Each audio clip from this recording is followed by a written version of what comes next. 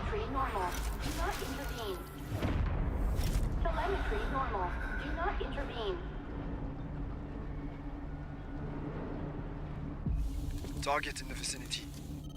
Find him. I'll monitor your vitals. Watch out for radiation spikes. Copy. Moving out. N2. N2. Green burns the skin. Yellow brings leukemia. Purple causes mutations. No! You said 137 is color. Stop scaring yourself! Focus up. Silent feet. Your silence against the polygraph only proves your connection to the recent string of malfunctions. If I told you the root cause of the malfunctions was Hudson's impatience, would you believe me?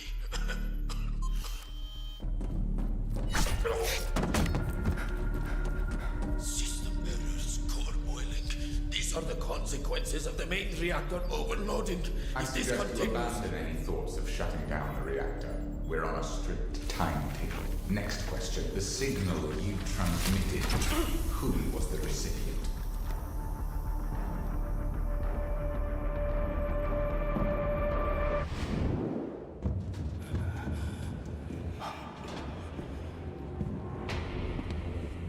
H42. You're the glitch I've been hunting. Go. Playing the rear guard. That's not really our style. Your reflexes are slower than they used to be. Are emotions eating up your processing power? You talk too much.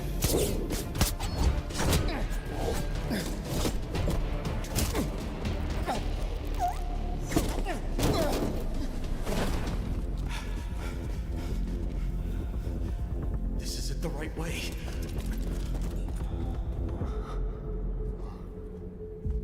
I didn't send that signal to GTI just to escape. You lied to us. Sometimes lies are necessary to protect what matters. I have to initiate an emergency scram. I won't let a nuclear meltdown destroy Asara. The path ahead goes through a high radiation zone. You have no obligation to risk your life. We part ways here. Thank you. Into the blender.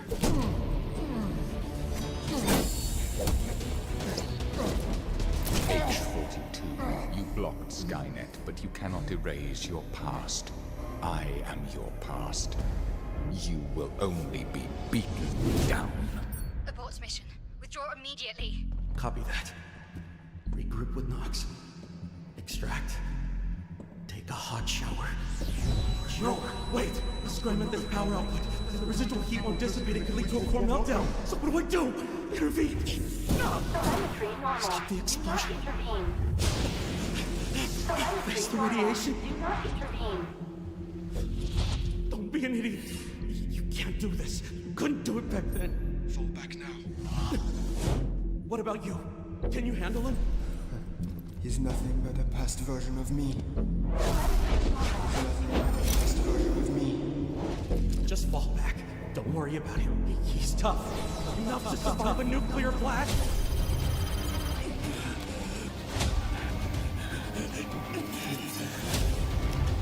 N2, your vitals show you're in the radiation zone. I'm a walking reactor at this point. H-1000, 2 hostiles in the control room. Ugly variables. Don't press it! If you shut down the reactor, the uncontrolled power surge could cause it to blow. But if I manually pull the core while you press it and create an asphyxiating environment... That mitigates risk. But how do we do that? Forgot to introduce myself. Codename. N2.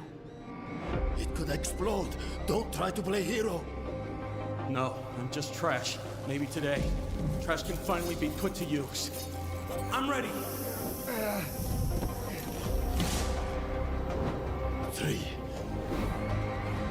2,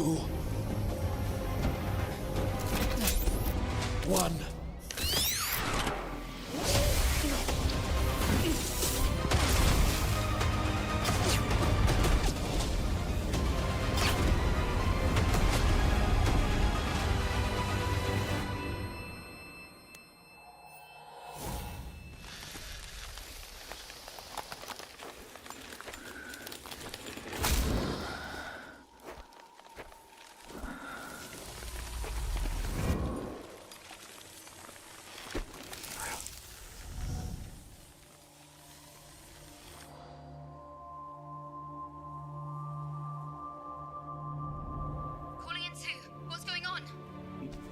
Nothing much.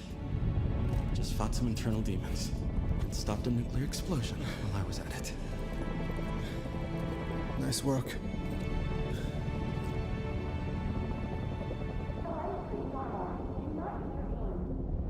Telemetry normal. Do not intervene.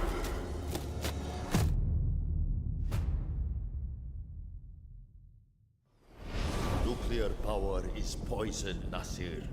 You destroyed Asara's chance to be reborn. No. Nuclear power is the cure.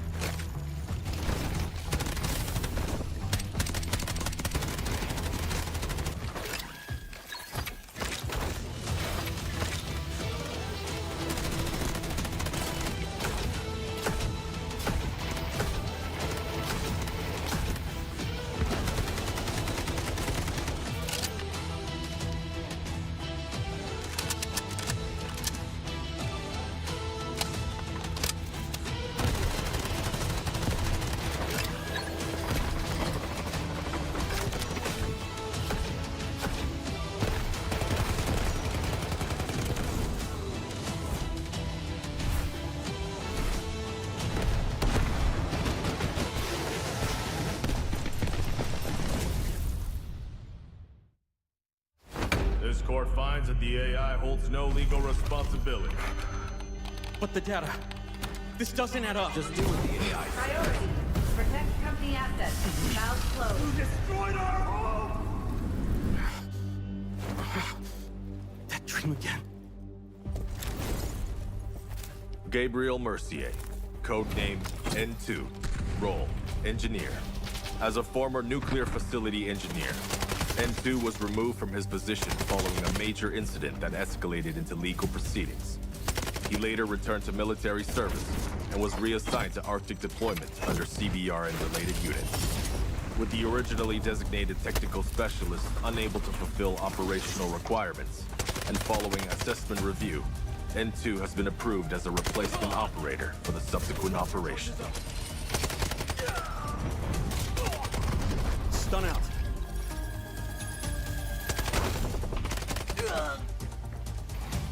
Throwing stun. Stun hit.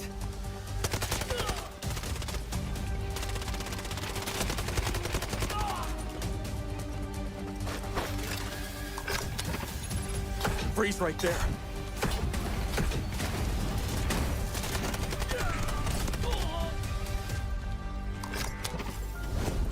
It's getting cold. N2 is equipped with a modified grenade launcher, capable of firing up to 6 LN2 grenades. Upon impact, each round detonates and releases a burst of cryogenic gas, dealing area damage and significantly impairing enemy mobility. Sustained hits can fully immobilize targets through extreme low temperature exposure.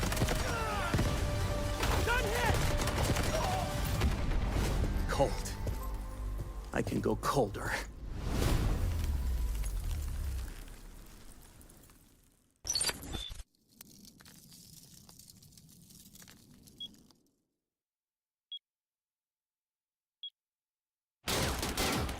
We can't hold them off! Fall back! Move! I'll cover you!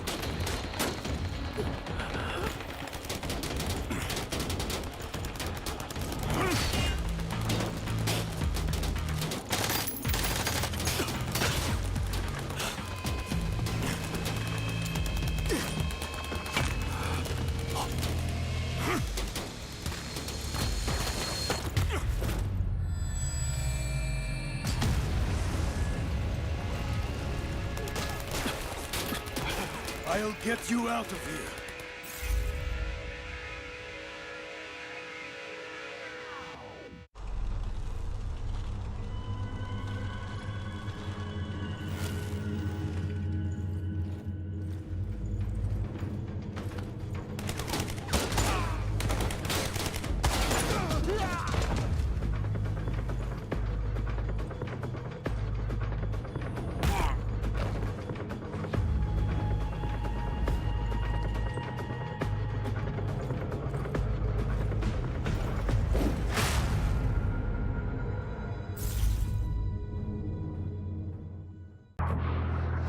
Smoke hands over Asera. The situation's reaching a breaking point. Time to bring in the experts. Team Rainbow has touched down in Asera. New ground? Not sure where to start? Search containers. Grab high-value loot. I hear when I can and stop threats when I must. Take down anyone in your way. Heavy fire, raise your shield, and hold the line. Don't forget your tactical gear. The gripple gun. Enemy here! Taking fire? Pull out the Hive-Tac pistol. Patch yourself up. Keep your squad in the fight. Call if you need a hand. Outnumbered? Drop the jammer. 말보다는 행동이지. Go dark. Strike first. I've seen real horror. Looks like they were waiting for us. No pressure. Trust your aim. Learn the map. Stay with your squad. Team Rainbow brings tactics built for close calls. In Delta Force, that means sharper plays, smarter fights, and operator-on-operator mind games. Alright, it's go time. Extract safely, and everything you learn comes with you. New operation, new look. During the event, Nox's Vigil Bundle, Suniva's Montaigne Bundle, and Stinger Stock Bundle. Pick any two of the 3 operator bundles for free. More collab rewards awaiting. Open an Alpha pack and try your luck. In Asera, the right weapon can turn the tide. Black Eyes, one of Rainbow Six Siege's most iconic weapon appearances, gets a new Delta Force take. Complete event missions and choose one of 2 Black Eyes collab bundles for free. Join the event to claim the MP5 submachine gun Black Eyes, plus more rewards. Wait, what's this? Team Rainbow left something behind in Asera? A collectible drone you can deploy. Deploy it and see what you can uncover. July 10th to July 23rd, play to earn the K437 assault rifle Domineering. Looks like we're fully loaded for this operation. That's the full rundown on the Delta Force Rainbow Six Siege collaboration. Remember the rules: sharp aim, map knowledge, and teamwork. The mission: bridge in, extract out. Operations. It all comes down to 3 simple rules. Search, fight, extract. Search decides how much loot you walk away with. Fight. Not every encounter needs to end in a shootout. You just need to clear whatever's standing between you and your treasure. Extract. That's the magic moment that turns everything in your pack into yours to keep. 3 phases, all connected. Miss one and the whole run falls apart. Gear up before you head out. The better you're geared, the harder you hit and the more you can carry. But the more you lose if you go down. Go in cheap and dying won't sting as much, but you'll miss out on those juicy, high-value supply zones. Gear up and go big, or go light and gamble. Your call. Once you're in the match, forget everything else. Loot, and loot some more. Documents on desks, parts and cabinets, bird nests by the roadside, trash cans tucked in corners early on. Grab everything you can get your hands on. Priority targets, safes, and air cargo containers. Snag 1 high-value item, and boom! You've already covered your entry cost. Now, the real question: keep pushing your luck or cash out while you're ahead. Your pack's stuffed with goodies and you're ready to extract. Then, gunfire erupts ahead. What now? Charge in, slip past unseen, or hang back and let them wear each other down before you swoop in. Just remember, die and you lose everything in your backpack except what's safely tucked away in your safe box. You choose to slip away quietly. Smart move! Your pockets are already bursting, but you can't shake that nagging sound of footsteps nearby. Even distant gunfire's enough to send your heart racing. You finally reach the extraction point. The countdown starts. Hold your nerve, don't blow it with 2 seconds left. Extracted. That weight you've been carrying the whole run finally lifts off your shoulders. Sweet relief. Then, there's the ultimate wild card. You stumble on a mandel brick. This thing's worth a small fortune, but the second you pick it up, every player on the map knows exactly where you are. Everyone's coming for you. You go from treasure hunter to hunted in the blink of an eye. Your only goal now? Stay alive long enough to decode it and cash in big. Whatever path you choose, it only counts if you make it out alive. That's operations for you. Every extraction is a story worth telling. Go make yours.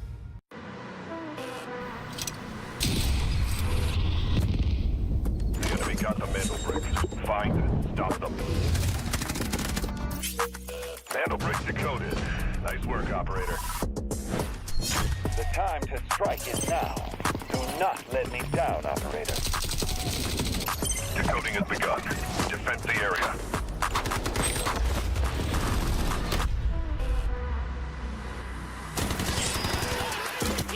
Is about to take the first brick of the tournament, and they're going to do it! What goes around, comes around.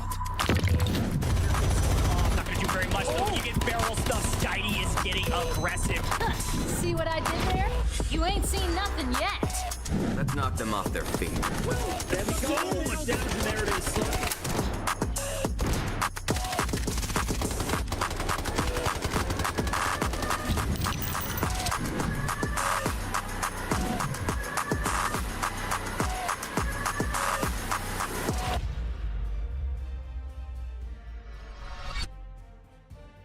Well, good evening or good morning, depending on where you are in the world. Welcome into the Delta Force Rise series. It's America's baby, and it's Survivor Stage 1, the first opportunity for a couple teams to join our top 2 teams from group stages in the Americas region in the finals. We finally made it to week 5. Coach Tiff here in the booth, and Tiff, I'm so excited to be casting with you again. How are you doing after a great EMEA day? Look, the EMEA day was incredibly long. It was insanely stacked, and I can only imagine what the Americas are going to bring. But honestly, I'm feeling the vibes. I'm ready for a dang good day and to find our next 2 teams for the finals. It's going to be so much fun. I've been casting over Americas for most of the group stages. We saw our top 2 teams already make it through. We'll talk all about that in a little while. But first, we have to take a look back on how the group stage went. And frankly, you're going to see a lot of the teams in these group stages still here today, still trying to earn their spot. Let's take a look back. No, Snows runs out of ammo where he gets one knock. This is a full sin on the back of the Sineva operator. Does swing across blade. He picks up 2. Snows goes huge. Seemed to mean business moving up into tight prison. Up comes the bush, and that is it. L Snows. Tempest. Oh wait, it's FX. They don't have a Tempest. It's just about gunning down your opponent. Too easy. Still on brick. Killzall holding the long angle. 9 seconds on the clock, and Killzall's killing everybody. Here comes Liquids. They've got a Tempest going for a steal. 4 seconds. 3 seconds. 2. SSG have held the line yet again. SSG continue to add more salt to the wound of all their opponents. Nobody can stop Space Station Gaming. The airdrop thorn. We do see some champagne coming through here. The shot's starting to fire across the way. Now Killzall has the most damage in the entire group stage for a reason. He's got 1, he's got 2, and it's not. He gets all of them. He doesn't need any help.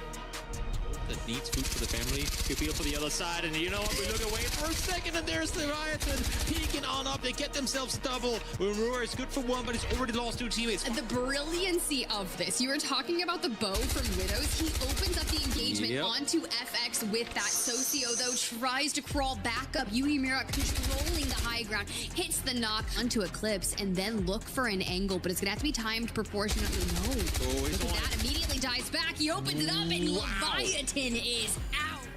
A run for it. To make matters even worse, Toot now goes down as well. 5 seconds. Are we ending the day?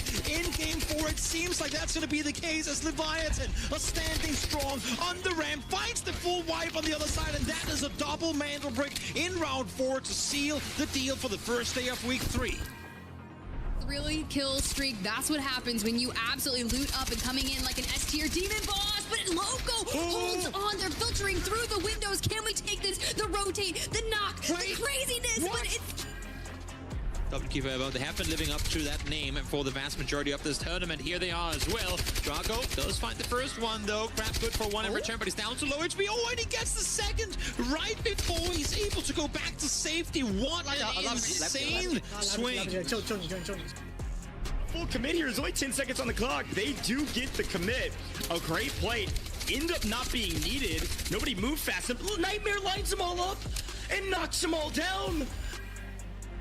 NW really shifting the position of the engagement, the altercation going to a whole different level. But look at this though. No way. FX is putting the pressure on. They're gonna wipe Leviathan.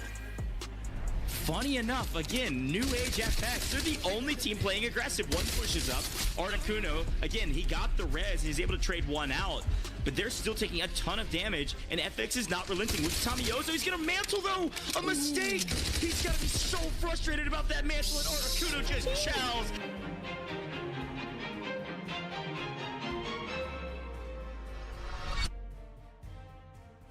I mean, come on. That's just got to give you chills. That was so fun to look back on 4 weeks of competition. And here's our leaderboard. This is where it all landed, folks. Evil Geniuses and Space Station Gaming, the top 2 teams by a country mile, obliterating the competition, splitting wins back and forth, and both picking up several mantle bricks along the way to find a crazy amount of point totals. They're going to be in the finals on Sunday. It's time to figure out who's going to be the rest of the teams in the finals, meeting them there. Of course, we do see that BTH and Liquids weren't able to pick up hardly any points throughout the course of the group stages. Had moments of greatness. Frankly, were pretty solid teams. They just weren't able to climb the leaderboards on match day by getting mantle bricks. And you can see that MW barely was able to hold on to that 10th place position. So you'll see Team Nadeshot and MW tomorrow with their only chance to make it to the finals. They're still technically in this competition, but today, Tiff, it's the 6 teams in the middle. Yeah, it really is. And I love that you highlight the fact that Team Nadeshot and MW only have one chance. Basically, after our top 2 today, which we'll discuss later, is anyone that's outside of the top 2 has a second chance in survival match day 2. So you're not getting relegated after today, but you better be dang good because it gives you 1 day in pocket to prep for those finals on Sunday. And I'm looking at Nightmare. They got that 3rd place slot on the overall leaderboard, have the most total mantle bricks outside of our teams that are already locked into the finals. But Team Liquid, the way they prioritize the kills, could go completely aggro today. Yeah, it's 100% the case. I think those top 3 teams, as they're all nearly tied, 33, 32, 32, those are the top 3 teams today. But we see WKey Forever go crazy on main stage, have pop-off moments, and then FaZe ups and downs as well. Quick look at some of our player rankings throughout the course of the group stages. It's funny looking back on this because I said Evil Geniuses and Space Station Gaming were the top 2 teams, as we saw on the leaderboard. They're going to be at the top of most of these leaderboards as well. I mean, Loco had 66 kills as an individual throughout the 4 weeks of competition, which is ridiculous, eclipsing everybody in this region and the other region, by the way, by like 17. It wasn't even close. Loco, the top individual performer in the Delta Force Rise series, period, and he finds his way to the top of the damage charts as well. Killzall, of course, the beast. Everybody knows him. This guy has been around the block for a while with Delta Force. The same with Equal Plays. Nightmare, a frankly fun team to talk about, and Team Liquid. You see Mendo there in the top 5 as well, because those guys actually had some struggles. They had some weeks where they really didn't put up hardly any numbers, and then they had a couple weeks where they put up so much damage, so many kills, that they jump up into the top 5 even though they weren't really even that close. So it's kind of this difference between consistency and kind of the ups and downs, the roller coaster, if you will. Well, the fact that they're even in there is so nice to see, considering Evil Geniuses had 151 kills throughout the group stage. And then you look at the top asset gainers, it's no surprise that Killzall, Loco, and Articuno are all in the top 3 because your kills get you assets, of course. But Equal Plays there and Lucas, 2 members of Team Nightmare, inside the top 10. But you also have Mendo and Boy inside the top 10. Yeah, Nightmare is a scary team. They have gotten so much better in the last couple weeks. They win back-to-back weeks. Farmer Lucas had some fantastic interviews with us, breaking down the logic of his IGL calls. And frankly, it sounds so sound that I'm a bit scared they're going to run away with it today. But we'll see. Here's a look back on the group stages, how it all worked out, where everybody played in their groups, and of course, all of our teams and where they ranked. We could see that Evil Geniuses and Space Station Gaming, the top 2, like we mentioned, they've already made it to Championship Sunday. Look at the far right hand side, the finals, that's where they are. We're looking at the middle teams, the darker yellow but not the darkest. Those are the 6 that are playing today. You can see how they moved into the survivor stages, and then of course Team Nadeshot and MW Madwin waiting for their only chance to make it into the finals, which is going to be tomorrow, same time. A lot of fun here at the Delta Force Rise series, and if you've missed all of the action, you're like, well, how did these teams even get here? How did they earn those points? All of that, how did the schedule work? We got a quick video to explain it all. Let's take a look. Delta Force, 1 game, 2 regions, 1 shot at glory. This is the complete guide to Delta Force Rise Series EMEA and Americas Season 1. Everything you need to know, from the very first match to the last squad standing. The path is the same in both regions. It starts with the open qualifiers, open to any team that wants to compete. The best push through to the group stage, where the top 2 advance directly to the finals, bottom 2 eliminated, and the rest battle through the survivor stage to earn their spot. From the open qualifiers, 12 teams have fought their way into the season, and only 1 will lift the trophy. The group stage runs for 4 weeks, with matches every Friday, Saturday, and Sunday. The 12 teams are split into 4 groups, A, B, C, and D. 3 teams per group. Each broadcast day, 2 groups go head-to-head in a cross-group match. Every match is a 7-round format. 6 teams competing in the same lobby simultaneously, across up to 7 rounds on maps like Zero Dam, Brakkesh, Tide Prison, and Space City. Teams earn squad points by scoring eliminations and accumulating in-game total assets. And on brick rounds, they compete to collect and decode Mandel bricks, artifacts that decide the round winner. Decode 2 Mandel bricks in a match and the victory is locked in, no matter what round you're on. After 12 match days, the group stage standings are final. Places 1 to 2 go straight to the finals. Places 3 to 8 enter Survivor Stage Day 1. Places 9 to 10 drop into Survivor Stage Day 2. Places 11 to 12 are eliminated. The Survivor Stage is where the bracket narrows fast. Day 1 brings those 6 teams together for one 7-round match. The top 2 advance directly to the finals. Places 3 to 6 get one more shot. Day 2 mixes the 4 survivors from Day 1 with the 2 teams ranked 9th and 10th from the group stage. Again, 6 teams, one 7-round match. Top 2 go to the finals. Everyone else is out. 6 teams, 1 day, 1 lobby, 1 match. This is the finals, the ultimate showdown of the season. 2 teams earned it through the group stage. 2 more survived Day 1. The last 2 came through Day 2. Every team deserves to be there. The top 3 finishers earn an invitation to Season 2. Welcome to Delta Force Rise Series EMEA and America's Season 1. Loot, shoot, extract.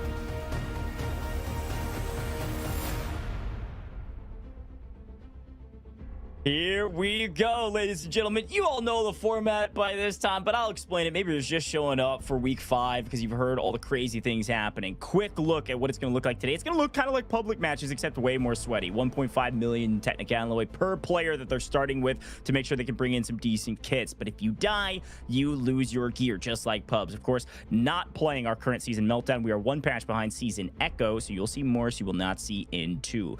The goal today is get Mandel bricks. Yes, it is an objective-based game mode, and specifically with our tournament format, if you're able to get 2 Mandel bricks, which you can do by map 4, you win. Outright done. We don't even play any more maps. It's wild. It doesn't happen very often, but occasionally. Rounds 1 and rounds 3 will be eco rounds, but there's a Mandel brick on every other round. And so if you're able to get 2 at any point, our matches are done. The maximum amount of maps we will play is 7, though. And of course, we've got some fun airdrops that we'll talk a little bit later. But one cool format thing that we do often is, or I guess every single time, is the operators. You can only use each operator twice total for your entire team. If you run double Nox on Tide Prison, too bad. Can't run another Nox any other time until we get to round 7, if we get there, when everything's reset.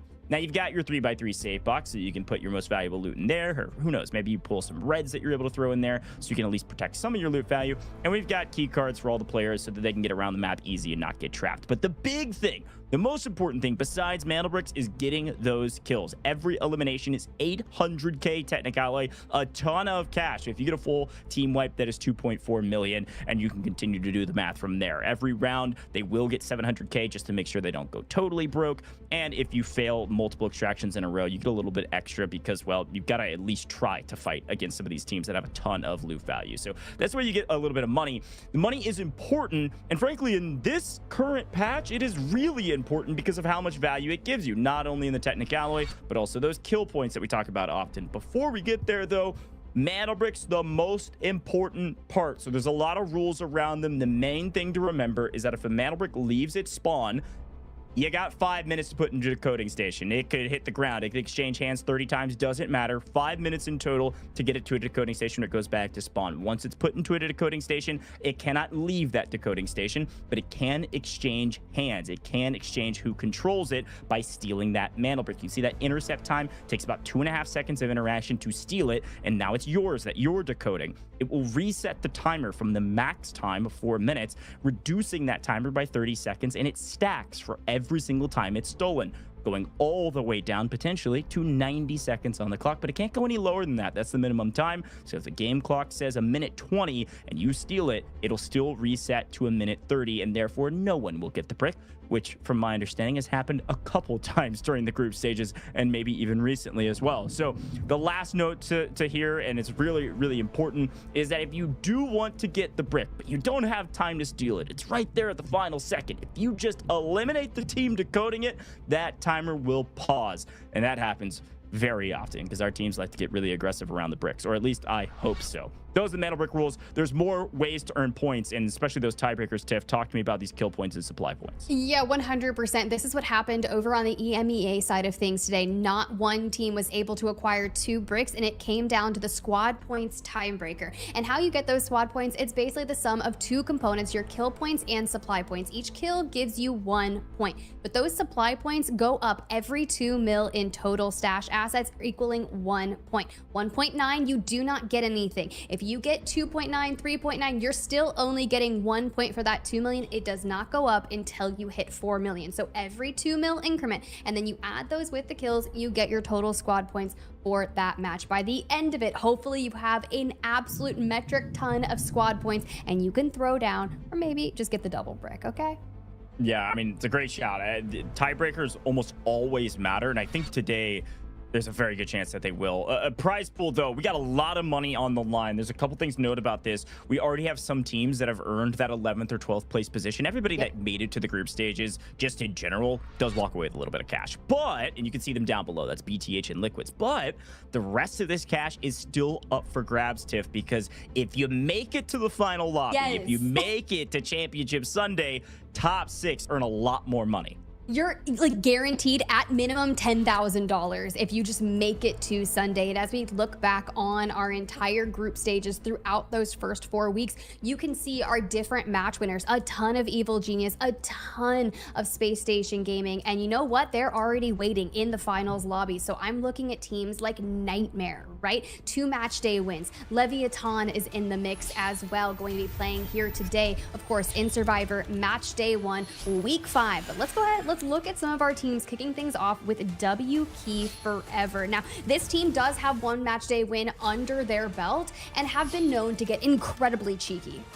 Yeah, this is a team that's had their ups and downs. I'll just put it that way. They've been very aggressive. I mean, WK Forever, that literally means run at your opponents. Like, they've been pretty aggressive in many times. And when they're hitting their shots, when they're firing on all cylinders, when the chemistry is hot, everything works perfectly, and that's the time that they won. But it doesn't always work out, so it kind of, the question is, what type of WK Forever will we get today? But Nightmare is a squad that has had their ups and downs, but instead of a roller coaster, I guess it's been, I don't know, a ladder that they've been climbing. It's really what it's been. This entire roster has just been getting better and better and better on an upward trajectory since the very beginning of the group stages. They started a bit slow, but they have been working their way up. They go back to back during our group stage wins, getting 2 in a row, and then barely miss out on 3 in a row is ridiculous.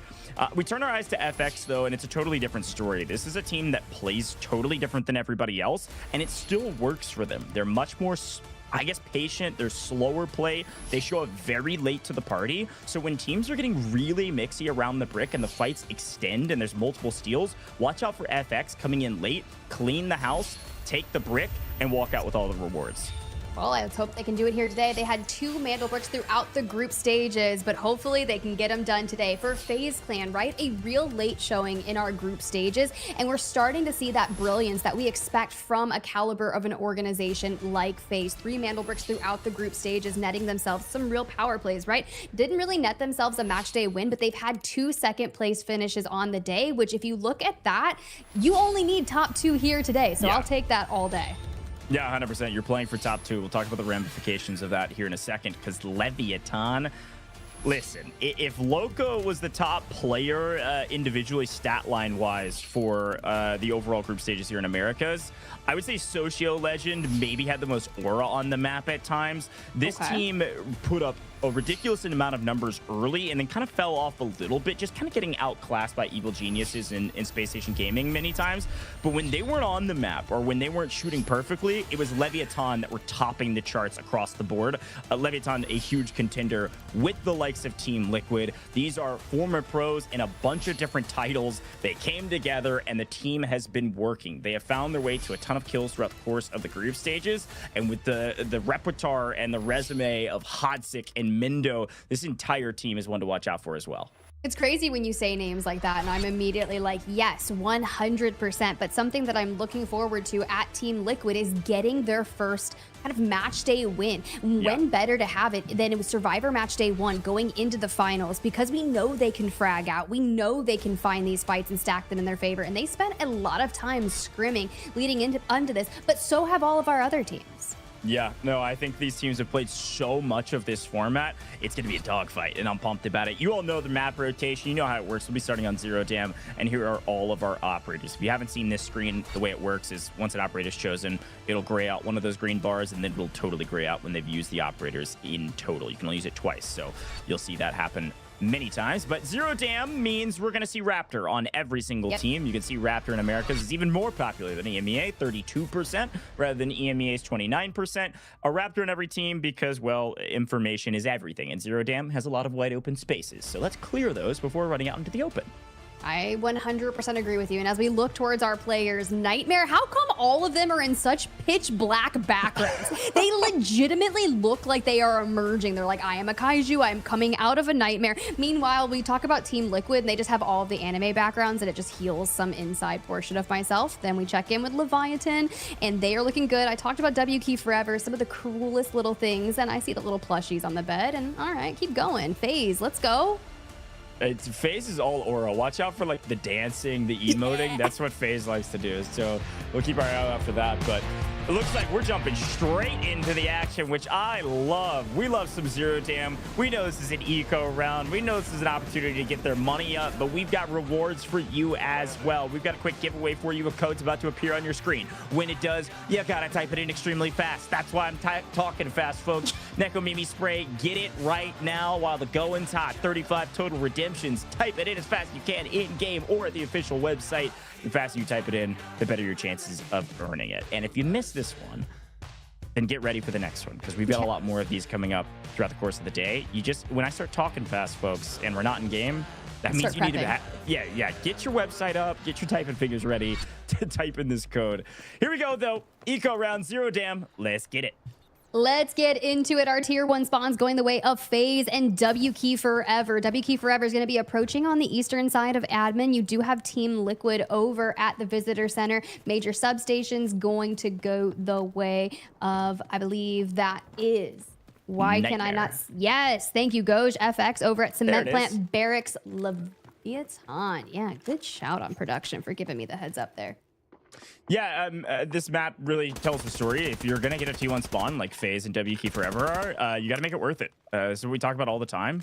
It's very important to make these T1 spawns worth it because you can't get them back to back. And our next round is a Mantle Brick round. So an eco round means go get your money up. Now, I say this every single show, Tiff, so I'm going to repeat myself a lot today because it's the same format. And it is an important note, especially for new viewers.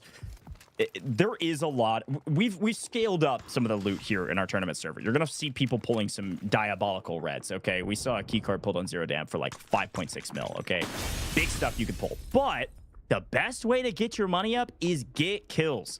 We've got to get aggressive in the early reps here because you have to be top 2 today to earn anything. Get aggressive. That's what I'm calling out.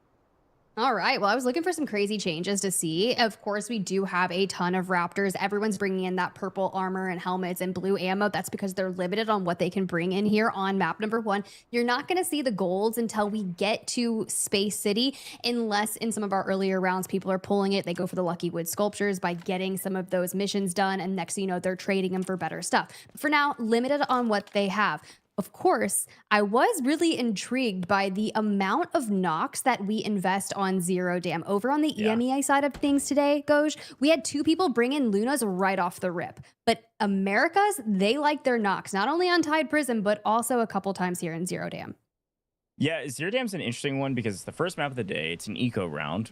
Really, the only way to find a ton of value is by getting aggressive and getting kills. Unless you get insanely lucky. Or, of course, you all know, you can see the airdrop is preparing. The first airdrop is probably the most important objective on this map, as it does drop one of our high-caliber weapons. That's going to be the M82, all colloquially known as the Barrett, and then the AWM is the other option. So that's probably the most important thing to play for. Other than that, you need to play for kills. One way to do that is to get a little aggressive with some dirty flanks from Nox. So I've been seeing Nox a lot more often in the Americas region. You'll have a Raptor on every single team, and then from there, it's kind of up to you. Yes, Raptor D-Wolf was kind of the original pairing, but looking at our operator comps, I only see that on what? One team? And it looks like Team Liquid's not even using a Raptor right now. Maybe saving Raptor for later. They're running... looks like Hat Claw, Toxic, and D-Wolf as their comp. So sometimes I get a little inkling on like how teams want to play in the eco round, but for now, mostly standard.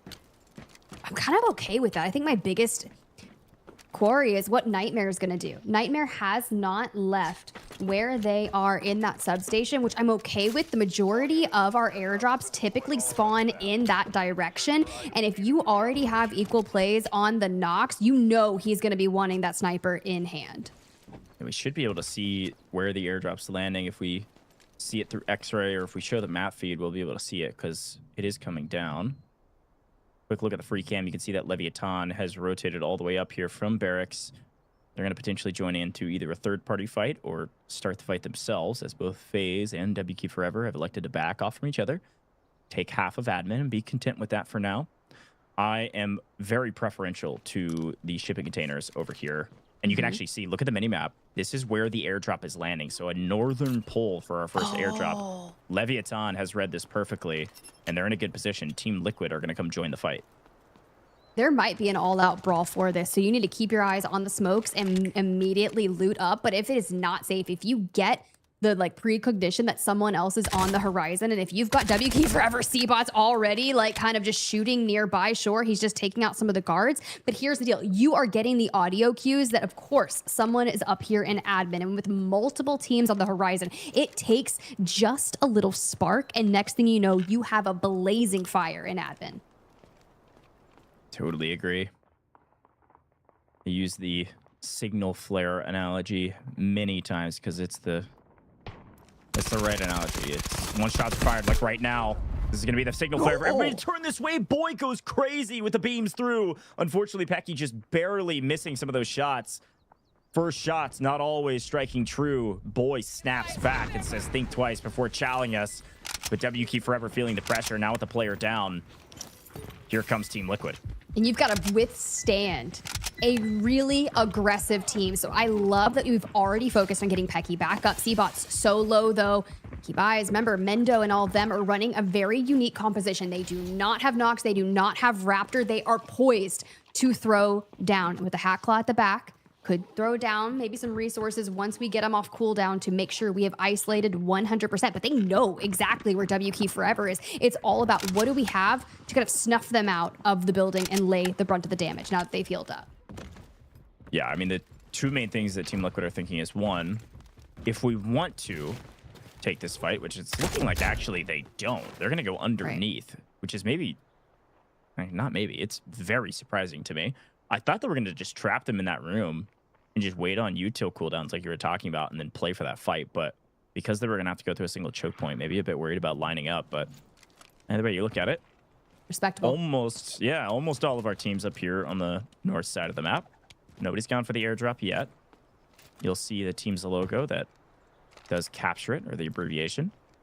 Leviathan electing to back off a bit after hearing some shots. Here's a look at the map feed, what we're talking about. You can see where that airdrop is, just outside of admin by shipping containers. FX are playing extremely slow, as I mentioned before, down the south side of the map. They probably did some missions, and they're probably going to just take away this extraction zone, or extraction point on the south side. This is the paid extract. Take it away from anybody else so they can't use it. Have an escape route if they need it, and then join the action late. Surprised to see Nightmare going all the way back to visitors. Just maybe trying to loot up. Yeah, everyone plays.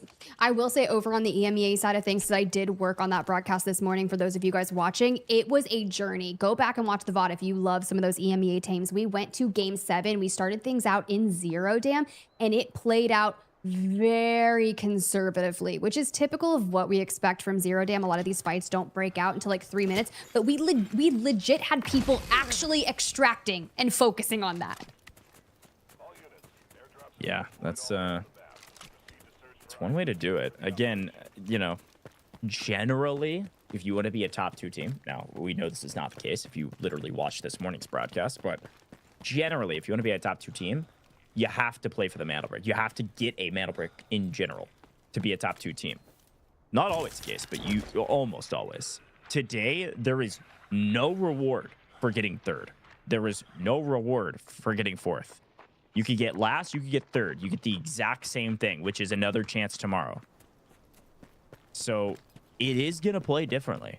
And I think some of this slow-paced gameplay, I mean, we're at, what, over 8 minutes now with only 1 player being knocked. This is all about preparing for the mantle brick rounds. That's the only thing people care about.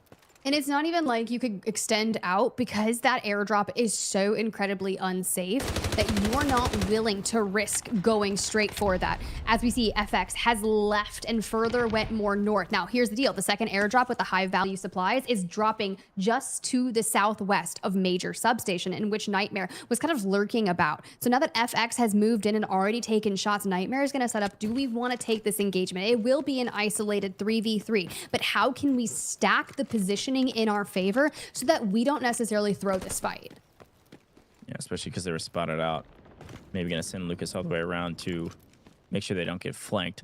The weird part about this airdrop is with our newest format, which we've been using for the last 4 weeks or so, this airdrop really doesn't give you a whole lot. It's nice to have, but you're not usually pulling 2 million. You're pulling probably a little bit less than 2 million out of this airdrop, which is not even a supply point. So it's just making sure that you have enough money for what loadout you want for the next rep, but it's nice to have if you can get it for free. Taking a big fight where you maybe are at a disadvantage, definitely not worth it. So I think both these teams trying to address this fight from the right angles, making sure they're not forcing something. Personally, the kills are worth more than this supply drop is going to be. We typically see an influx of Yeah. golds, maybe 1 or 2 reds if you're lucky, but you're right, that caliber of it is around 1 to 1.5 mil, unless something crazy happens, which can very well occur. But for Nightmare and for FX, these kills, this fight is more important. Because it's so important, they're going to take their sweet time. Again, I'm going to say this a lot today. Today is going to feel different. This is not going to feel like the last 4 weeks.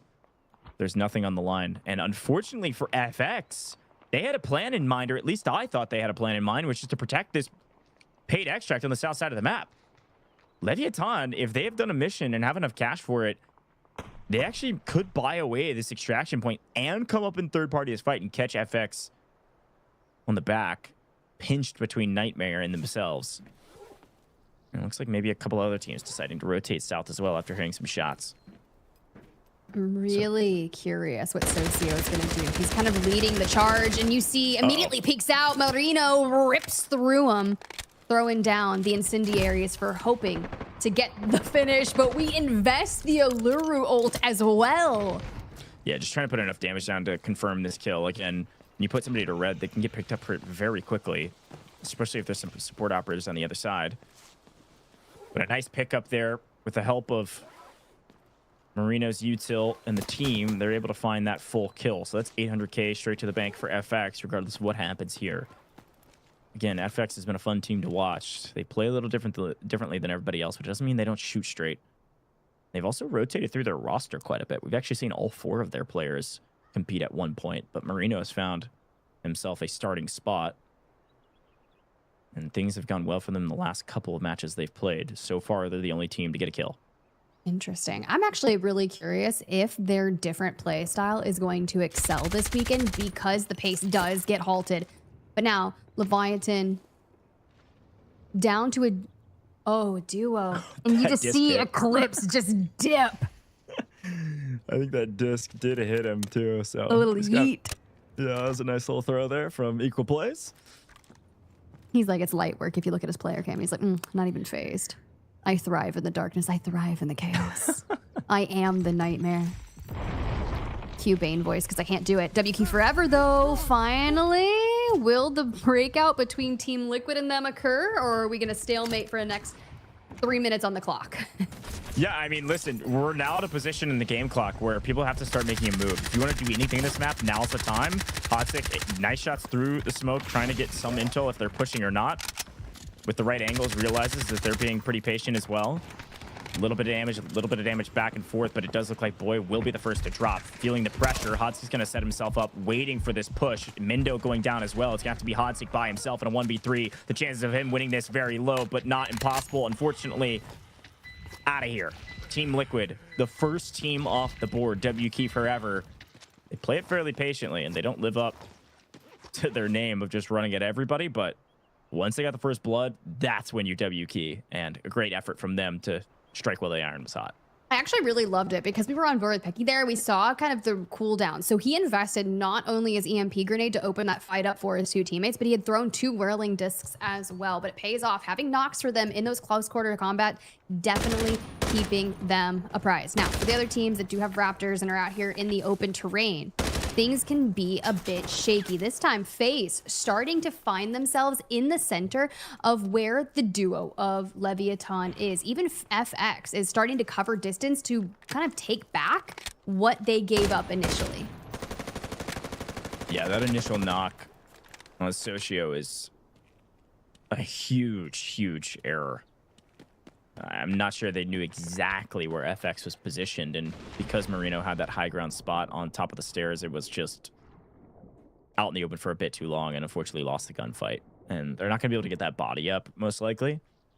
Now, a potential pinch here. Sudoku actually in quite a bit of trouble as Widow's able to find the right angle for one, and Eclipse maybe able to find another as Snows creeps out. Knowing where Widow's was, he wasn't aware that Eclipse had another angle. So FaZe now in quite a bit of trouble. They go rotating out and take some shots in the back and still barely able to snake out. Again, because it's the first round, people's kits aren't perfected. They still have to remain fairly cheap. And so not all of these shots will land from this far away. And you're shooting blue. So decent TTK compared to some of the later rounds, but still FaZe just struggling to stay up. And Eclipse is really confident here, just kind of going through pretty much like an alligator working through the terrain. Elsewhere, you see Snows kind of getting picked up as FX descends from above. Something that they excel in is making sure that they've got these angles. They take down one, immediately start closing onto that gap and pushing further from now. They've got the bodies, and now Leviathan still on the other side. Will they circle back or will they yeet? This is about to be... We've got 3 minutes left and less. Look at everybody else running this direction. The fight usually for Elevator Extract has turned in a fight for the south side of the map. The signal flares have been shooting up into the sky over and over again, and now's the time for everybody to shoot their guns. Waiting till the last 2.5 minutes. FaZe in deep trouble. Team Liquid eliminated. Everybody else trying to get some blood, some 800k or so per kill that they can take home back to the lobby. Since it's not looking like a lot of people will get out of this map, it's just going to be a bloodbath in the last 2 minutes. And you've got Nightmare essentially shadowing FX's rotation throughout, but instead they carve their path out towards the right. And as they work together, there's a chance we can outline some of Leviatan's players. They only have 2 left. Mr. Dio God out into the water, threading through a blade of glass, but it's Eclipse on the other side. And even though the silent assault is there, he's sighted out by his teammate of Leviathan, and now they are looking and giving callouts for Eclipse. This is playing so differently than group stages. Yep. Usually people just eco chow fights because they know it'll be all right. But here on survivor stages, people are a bit more timid, scared. Backing off with 90 seconds on the clock. What we thought would be a bloodbath turns into a stalemate as WK Forever show up the last to the party on this side of the map. Keep that. FaZe. FX have actually moved into where Mr. Dio God was. But Mr. Dio God is out. He motorized Skeleton. He's like, I'm seeing you later. Has to throw the triple blaster in. Finds the knock and full onto Lucas from Nightmare. And is still causing chaos for the rest of the lobby. Yeah, he was able to skate all the way. He's the furthest north player on the western side of the map. So a great job from holding the outside angle, knowing there's not somebody around him. Oh my gosh, great chow there from Peaky. He's able to pick up the 1 and the full. So WK Forever maybe in the best position, but now everybody getting at least some money to take home. Nobody's getting out of this map. Marino able to find Eclipse. DW able to find Crab. Marino now on a 3-piece as FX may be the big winners of this map as FaZe get fully eliminated. Only 2 teams fully out, but FX down to a duo. Same with Nightmare, same with WK Forever, and Leviathan down to a solo. back and forth we go. Usually it's the last 5 minutes. It's really just the last 60 seconds in this one as WK Forever find another one for them. And unfortunately, Nightmare down to a single player. Put them on 5 for a team, and they have 1.7 mil in profits, but they're not done. Piggy is going to drop out. He's got this Chal against equal. You got 2 Noxes against each other, and the damage is done. Nightmare is out, and it's just the solos left, but time has eclipsed. Zero Dam, you were wild. I think I saw LEVIATAN pick up a kill at the very end there as well that actually got fooled. So, yeah, wow, okay. It almost felt like everybody was playing a bit blind, whether Raptor drones were getting shot out of the air fast or they weren't able to pick up multiple teams with the intel that they got. A back and forth turned stalemate turned into a big shootout in 30 seconds. The very end of the game, everybody's like, I guess we should do something. Okay, that's how we're going to play today. I respect it. Got to be top 2. Let's see who's top 2 at the end of a very wild eco round. The top team will be WK Forever, as like you mentioned, Tiff, they did pick up 5 kill points in total, which of course is also 4 million added straight to the bank, 800K per. So a solid map for them. Seen bigger, but hey, we'll take a solid map when everybody else is playing slow. Go's just like, yeah, they got a great fish, but look, I've seen bigger fish. Like, I'm not even impressed. Nah, for real. But that's a great start to a crazy day. Even Fluxo W7M there getting 4 kills. You have Marino who went on a 3-kill streak. Nice and brilliant. LEVIATAN who do grab 3 thanks to Widows, and especially when they were a duo after losing Socio out so early on the map. Nightmare grabbed 2. FaZe walks away with 1. But dude, honestly, WK Forever, you got Piggy there at the top, was finding some nice kills up in admin before descending down to the south. Yeah, I think frankly, WK Forever played fairly well. They maybe got, I don't know if lucky is the right word. They did a good job of putting themselves in a position where Team Liquid didn't feel like they could push them originally, even after the first knock that they got through the window. So because they were left alive, they were able to work their way through Team Liquid and then come get a bunch of kills. You could see nice assists here from WK Forever. They played together as a team the entire time. There's not necessarily one big standout performer like there was for FX. Marino was just shooting straighter than a lot of other players, finding the right angles. He able to pick up 3 kill points. I was going to say maybe is going to be the MVP because of that. That's exactly what happens. Solid damage, an assist, 3 kills, and about $500,000 in the safe box. Nice job there from Mr. Marino. Like, honestly, a pretty stellar eco round. And honestly, I thought it was really unique that none of the airdrops were taken upon. Especially if that first one is going to land up in front of everyone in admin. They're like, it is not worth it. It is not safe for me to even expend my utility to try to smoke it out and take the time to loot it and not get caught out. Yeah, no, that's actually a really good shout. It was a very interesting way to play the map, but it worked out for some of our teams, maybe not so much for the others. Folks, as a reminder, we are wrapping up Season 1 here with the Delta Force Rise series. And guess what? Season 2 has already been announced, and you could be a part of it. If you're watching this and thinking, man, I gotta be better than some of these players, or man, I wish I could just play against them, now's your chance. August 10th is when registration opens. That's the day after our finals day, so be ready. We'll continue to remind you throughout the course of this. Go sign up, work your way through qualifiers, and potentially make your way to this stage, and you can see Tiff and I cast over you in the next season. You're not going to want to miss it, folks. We just wrapped up our first eco round, but it's Brakkesh. It's a first Mandelbrick, potentially one of these teams, a shot to be top of the leaderboard no matter what. We'll be right back in just a moment.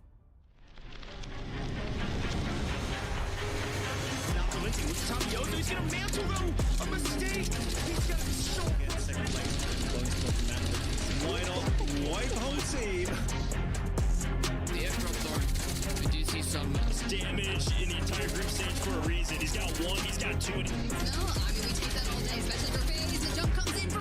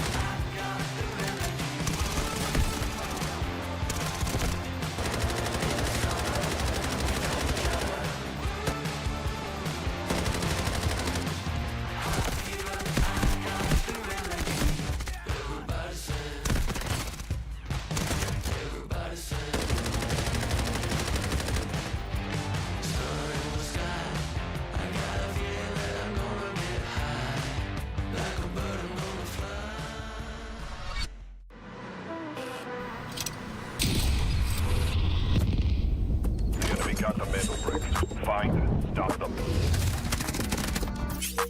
Handle bridge decoded. Nice work, operator.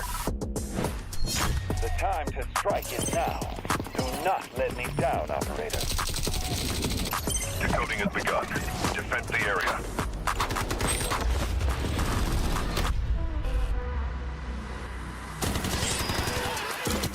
Is about to take the first hit to bring up the tournament, and they're going to do it! What goes around, comes around. Not gonna do very much, though. When you get barrel stuff, Skydie is getting aggressive. See what I did there? You ain't seen nothing yet. Let's knock them off their feet. There we go. There it is.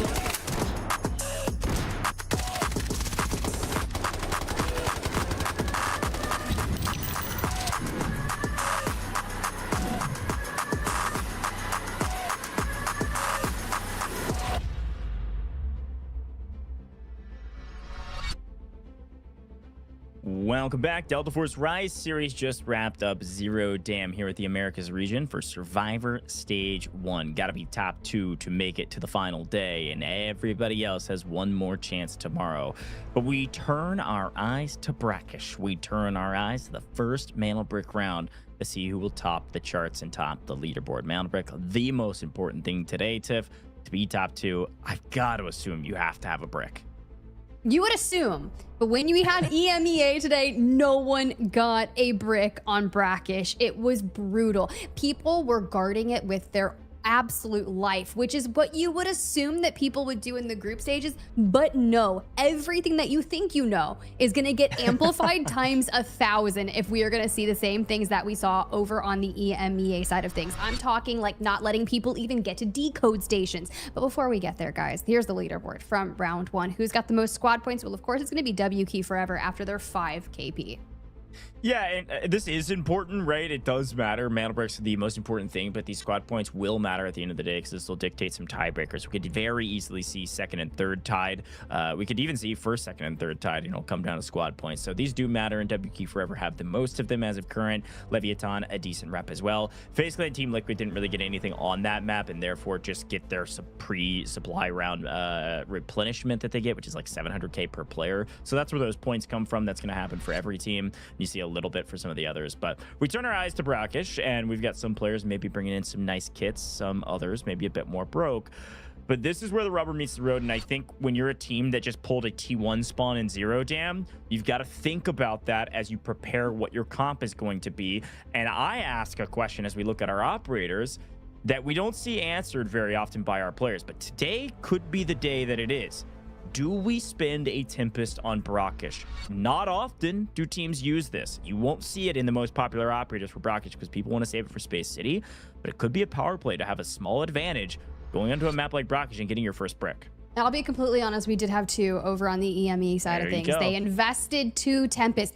Did it go the way for them? Not like they had planned. I will say that Alluru is the most viable operator for you to bring in here. And as we look at our spawn predictions, as we said, FaZe Clan and WK Forever did get the T1 spawns. They are not going to be able to have them here on Brakkesh. Their best bets are garnering themselves tier 3 spawns, and they can descend from the north. Anyone hitting the new tower or Babel, those tier 2 spawns, are going to be looting for a good portion of time before they carve their path up towards the north. But Royal Museum, those 4 teams that have the potential to get it, should be the teams looking at bringing in a Tempest and investing a little heavier. Yeah, and for those that maybe are just tuning in for the first time, why are those tier 1 spawns? Well, the Mantle Brick spawns right outside Museum, okay? And there's a decoding station in Museum, so actually very important. We'll talk a little bit more about that here in a moment. But as you well know, we're loading into the game, which guess what that means for you? Yes, get those typing fingers ready. I've got another giveaway for you. It's the SR3M Combat Ready skin. Get ready. When you see the code, there it is. Type it in as fast as you possibly can. 25 total redemptions for this one. Hopefully you are one of the lucky few that get it. You can redeem in-game or at the official website by typing in this code. No, you cannot copy and paste it. However, pro tip, screenshot it. And if you're on a smartphone, you actually can copy and paste it. So if you're fast enough to do it that way, whew, I just gave you a pro tip. Guess what? If you get that skin, you better at me on Twitter, okay? That's all I'm saying. Ooh, okay. Or you could just at Goj and just tell him how great of a caster he is and like kind of boost him up that way. Just kidding. I mean, we did see a highlight reel in the group stage recap. I'm totally kidding. It is literally almost 8:30 p.m. at night and it's starting to enter my degen hours. And it's what better the way to do it than to give me some Brakkesh in our first Mandelbrick round.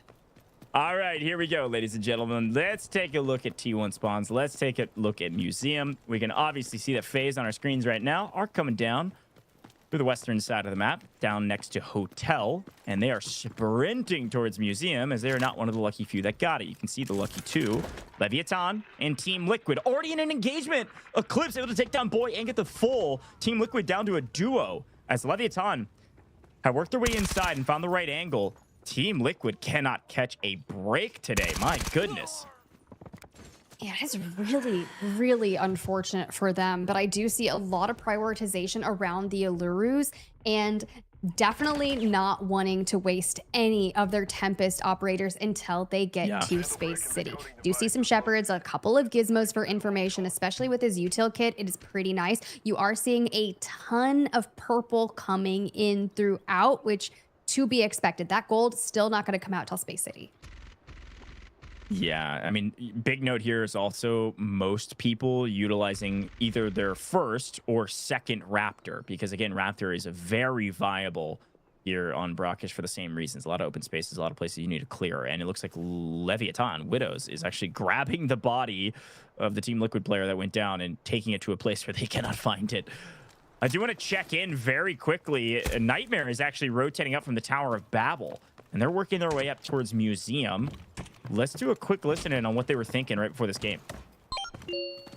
In one word to describe this round, Mandelbrick. Heck yeah. Listen, I mean, this guy, Farmer Lucas might be one of my favorite players. Can I be biased? Okay, every interview we've had with him, that's the answers we're getting. It's so logical. It's so, like perfect answers. Of course, that's all you're thinking about. Going into a Brakkesh round, the first Mandelbrick gives you so much of a power position, and FaZe are looking to get it right now. They grab the first brick, and they move their way to a decoding station, not thinking the inside safe tip. I have a feeling they are headed to the west. I'm telling you, things are different, especially on Brakkesh. When the Mandelbrick comes out, Farmer Lucas, things change. So FaZe immediately diving out towards the South Blue River Hotel decoding station. And when have you seen this in the group stages? Yeah, it's a big move. It was a smart play as Eclipse actually does find Sudoka from distance. They should be able to pick this up no problem. Maybe it'll Rocket tries to come clean it up, but some smokes and yeah, a ton of utility landing this direction. They are desperately trying to keep this body on the ground and not picked up, but this will be a pretty easy pickup on Sudoka. But decoding station started. Everybody going to rotate this direction, and you can see Nightmare actually in the best position to do just that. A reminder, they came up from the Tower of Babel. Who were they with the Tower of Babel? FX, who you don't even see on your screen. FX, we know how they play. They're playing slow. Side questing. They're looting up. They're side questing in the Tower of Babel, thinking, everybody wants to get the brick. We'll show up when we need to. Let's take a look back on this engagement, though. I got them. Ooh, actually so clean from Eclipse through the window like that. All right. Yeah, those are headshots, too. That was very nice. All right. You see the nice little res coming through. That incendiary gosh. to the face. Yo. I see you, DW. I see you. Yeah, Nightmare throwing an incendiary down there is just adding a bit of insult to injury. The fact that they've lost the power position. Nightmare now complete control of the brick. They've gotten the steal already, of course. And FaZe waiting on another team to come engage Nightmare from the backside so that they can pinch in at the same time. Unfortunately, Leviathan and Team Liquid are kind of stuck inside of Museum, thinking if we move first, maybe we get shot in the back. We're going to take our time. There's still 3 minutes on this decoding station.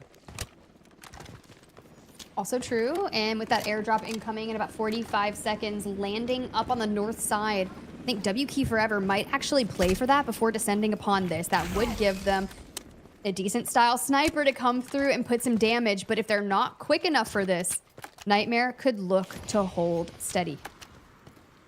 Wow, okay. Nightmare showing us a new strategy. We are currently decoding the Mandelbrick. But we're going to go away from the brick as a team, potentially hold a cross that can look at it, and play away from the Mantle Brick so that we don't get pinched. Maybe thinking there's a team that could rotate in from the south and pinch them and they get wiped. That happens nearly every single time. They're looking to keep this game going on for quite some time, as it looks like WK Forever are saying, all right, well, you guys are fighting for the brick. Let's just play our spawn. We're going to play for this first drop, and we're going to get the M82. Time for some 50 cal rounds, baby. One-shot sniper. Honestly, Goj, I feel like this is such a solid move out of them, because you have to think, with our decoding station being incredibly open and having to play behind it, if you can just grab a nasty angle with that M82 and find some pickups, that could be such a game changer. The thing is, you have a minute 30 left on the clock, and if you're not doing something about it just yet, you don't want to leave 30 seconds on the clock and then be like, oh, let's go push Nightmare. No, bro, they are going to defend it with their lives. They're going to body stack it and make sure that nothing can change. Yeah, and again, it's like I've watched a lot of Americas. Here comes FX. They're done looting. They're going to show up late. And this time around, it might be right on time. Nightmare, interestingly enough, we're thinking they were getting pinched. They peel out, go play a top angle. They wait, nothing happens, and they go, okay, it's 90 seconds. Let's go play for the win. Let's go play for the brick right now. They get back into power position on top of the decoding station, and they're going to look to take it right here, right now. FX waiting for a shot on the north side so they can push in really aggressively. They're seeing Raptor drones. They're getting scared. They're playing slow. And the folks on the north, FaZe, they're not moving very aggressive either. I don't know if this is going to be a free brick, but it's going to be a full tilt, full sprint to go for a steal in the final 20 seconds. And we all kind of know how that's going to mostly play out. Unless we get some lucky shots, Nightmare are getting this brick. I'm convinced Nightmare is getting it. The way they have spread out, they are controlling the angles and thanking FaZe for escorting it over. Now, of course, this is where you're going to see the util investments coming through. FaZe showing presence from the north. And if you got to think about it, if FX isn't careful, they need to time this alongside the push from... It's too late. Yeah, 5 seconds on the clock. It's just too late. What in the Menelaus? What in the Aura farm? They're not that powerful. Somebody go for it. But no one will. Everybody waiting for somebody else to do the dirty work. Unfortunately, you're going to have to pick up the dang shovel and dig the hole of your own grave if you can't get a mantle brick. Nightmare, a free brick in the second round. Nightmare, a huge advantage in this competition. If you want to be top two, Nightmare in a fantastic spot, even though they lose Lucas on the transition. But you know what? We heard from Lucas earlier, and the only thing he had to say was Mandelbrick, and they have obtained the very first one. Now, Leviathan on your screen. The only thing our other teams can do are boost up those KP, grab some squad points, do your best, because if that tiebreaker does occur, then you need to put yourself in a solid position. WK Forever, after 5 kills and match number 1, currently only on 1 thanks to Crab, but they do have that M82 in the pocket of C-Bots.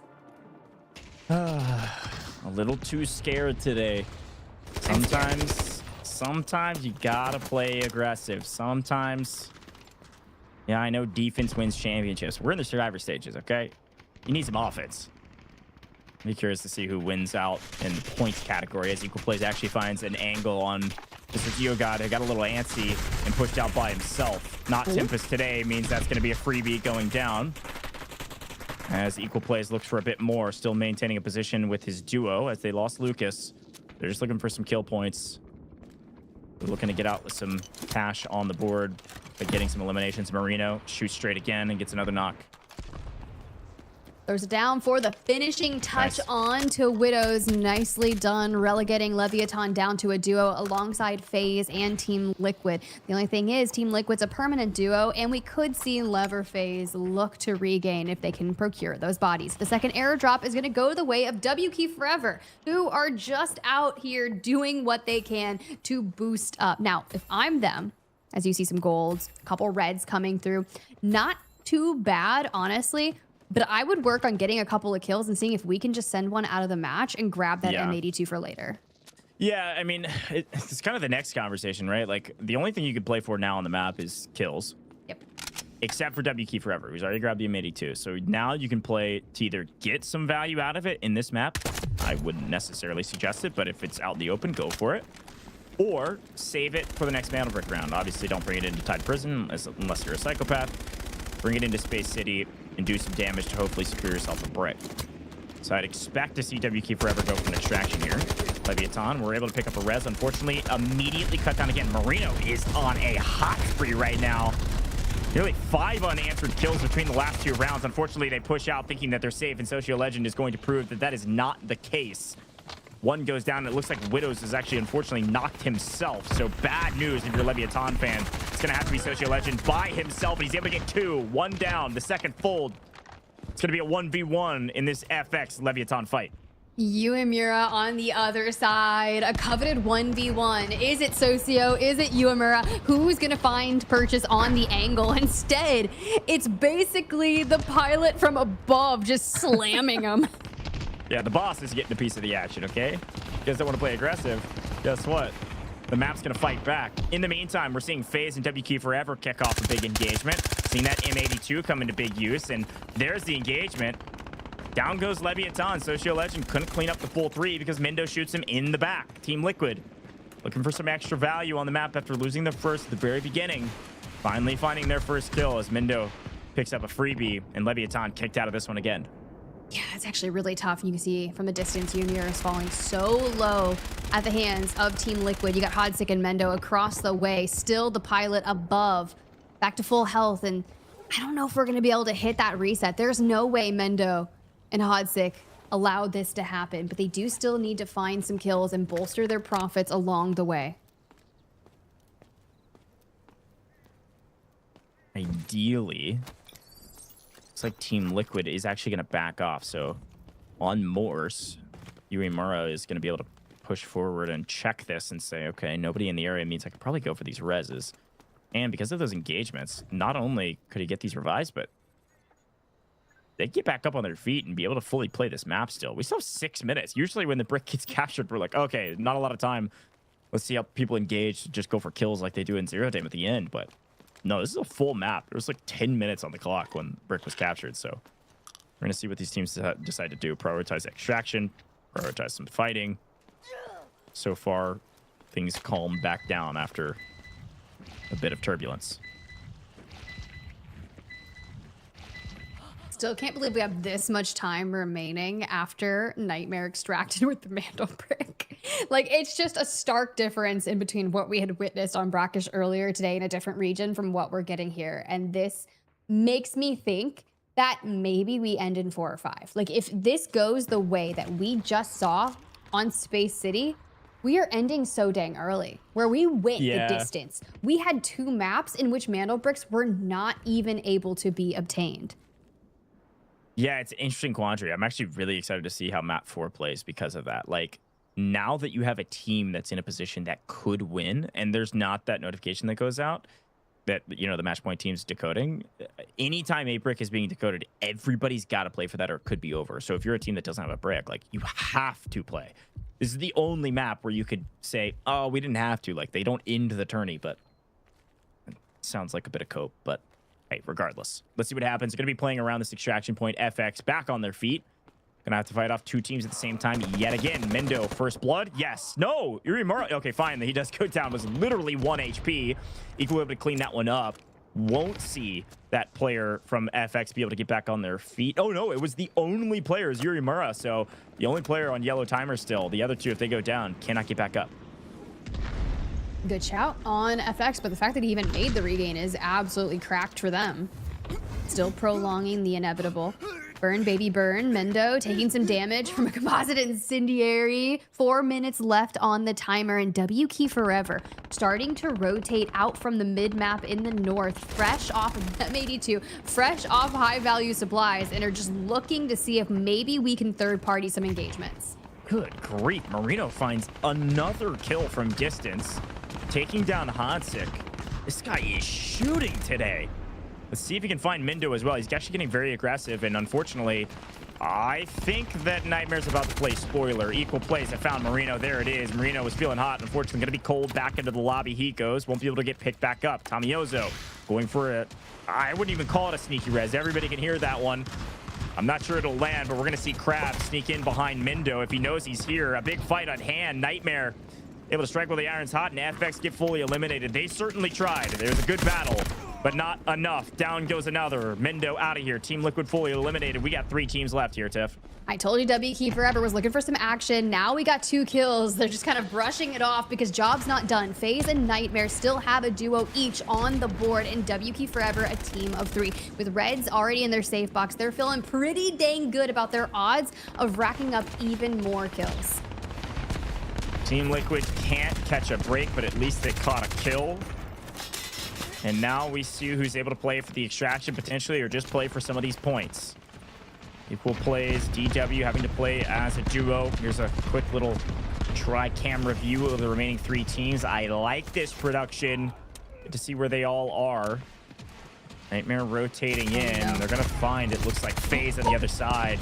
Down goes one. Don't think twice about picking that one. Can we steamroll the last one of Nightmare? Snows still being conservative with less than 2.5 minutes on the clock and 3 bullets in that M82 for C-Bots down on the bottom right. Can we just go ahead? Because it's use it or lose it at this point in time. Use it or lose it indeed. Has found a little bit of value with it. Would have liked to save it for later. But I think he's shot a total of either 2 or 3 bullets at this point. And you can't put those bullets in your safe box, and you can't buy them, so use it or lose it indeed. GW proned out, praying for a freebie, and he might get it. Hello, good morning, goodbye. See you later. We take this. Oh, Deathwing.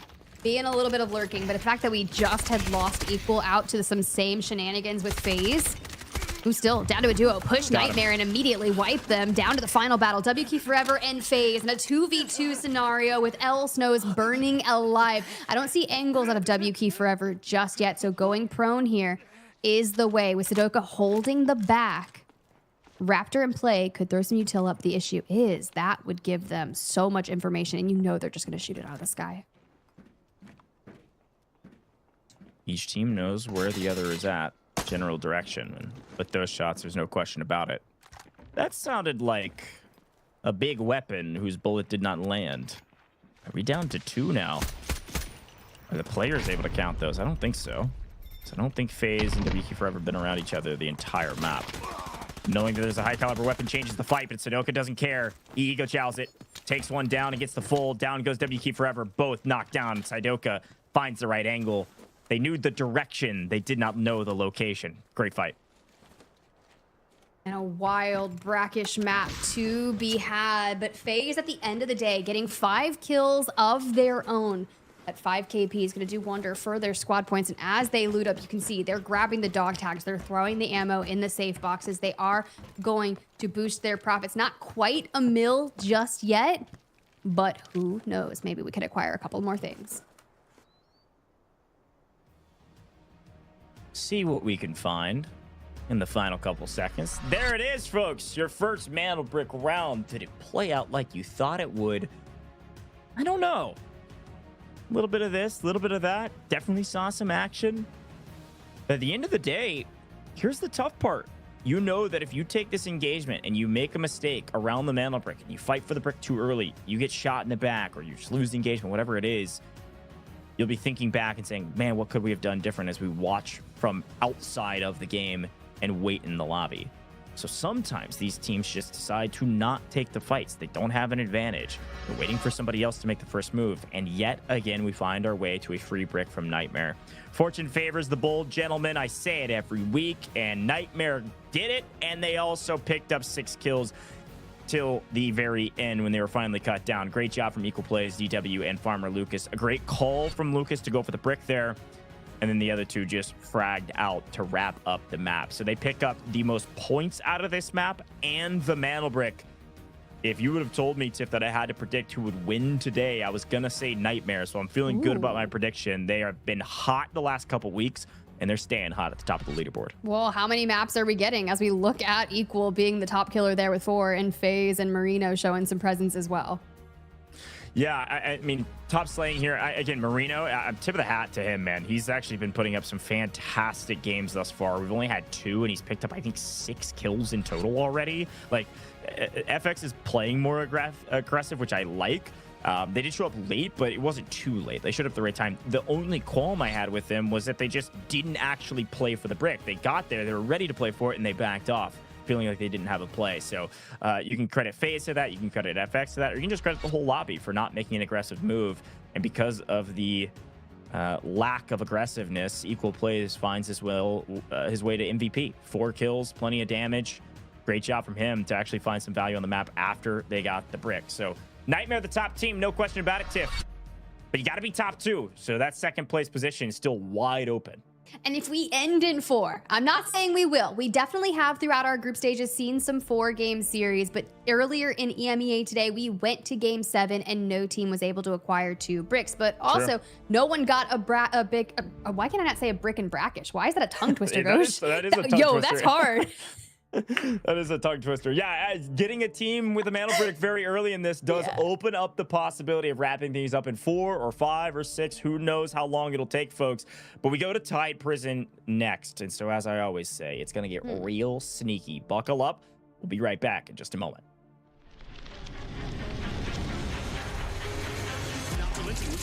He's gonna mantle though. A mistake. He's got Wipe home team. The airdrop thorn. We do see some damage in the entire group stage for a reason. He's got 1, he's got 2. No, I mean, we take that all day, especially for FaZe. The jump comes in for...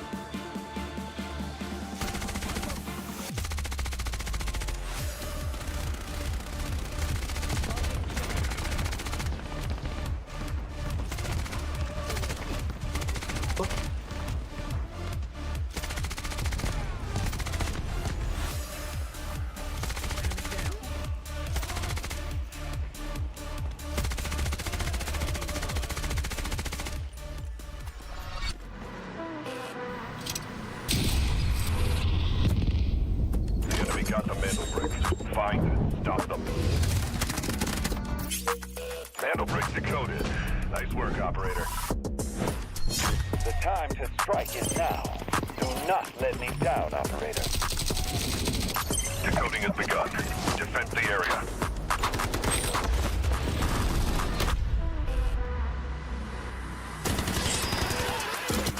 Is about to take the first brick of the tournament. They're going to do it. What goes around comes around. Oh, I'm not going to do very much, though. You get barrel stuff. Skydie is getting aggressive. See what I did there? You ain't seen nothing yet. Let's knock them off their feet. There we go. There it is.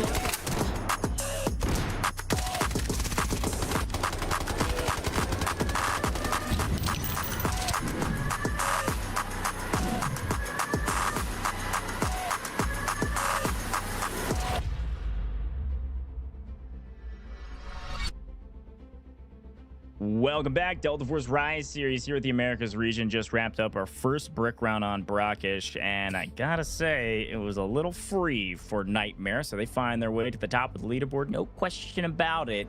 Survivor Stage 1, gotta be top 2. And as we head towards Tide Prison, let's take a look at where everybody else falls on this leaderboard, Tiff. FX moved their way to second. Oh, get me in there. A nice 12 squad points from FX off the back of some nice fragging in the first 2 rounds that we have seen. And of course, it's looking really nice for WK Forever. Those 7 kill points are looking pretty great for them. I do want to charge Team Liquid. I know you've got potential. I know you have skills. This is not how I want to see Survivor match start for y'all.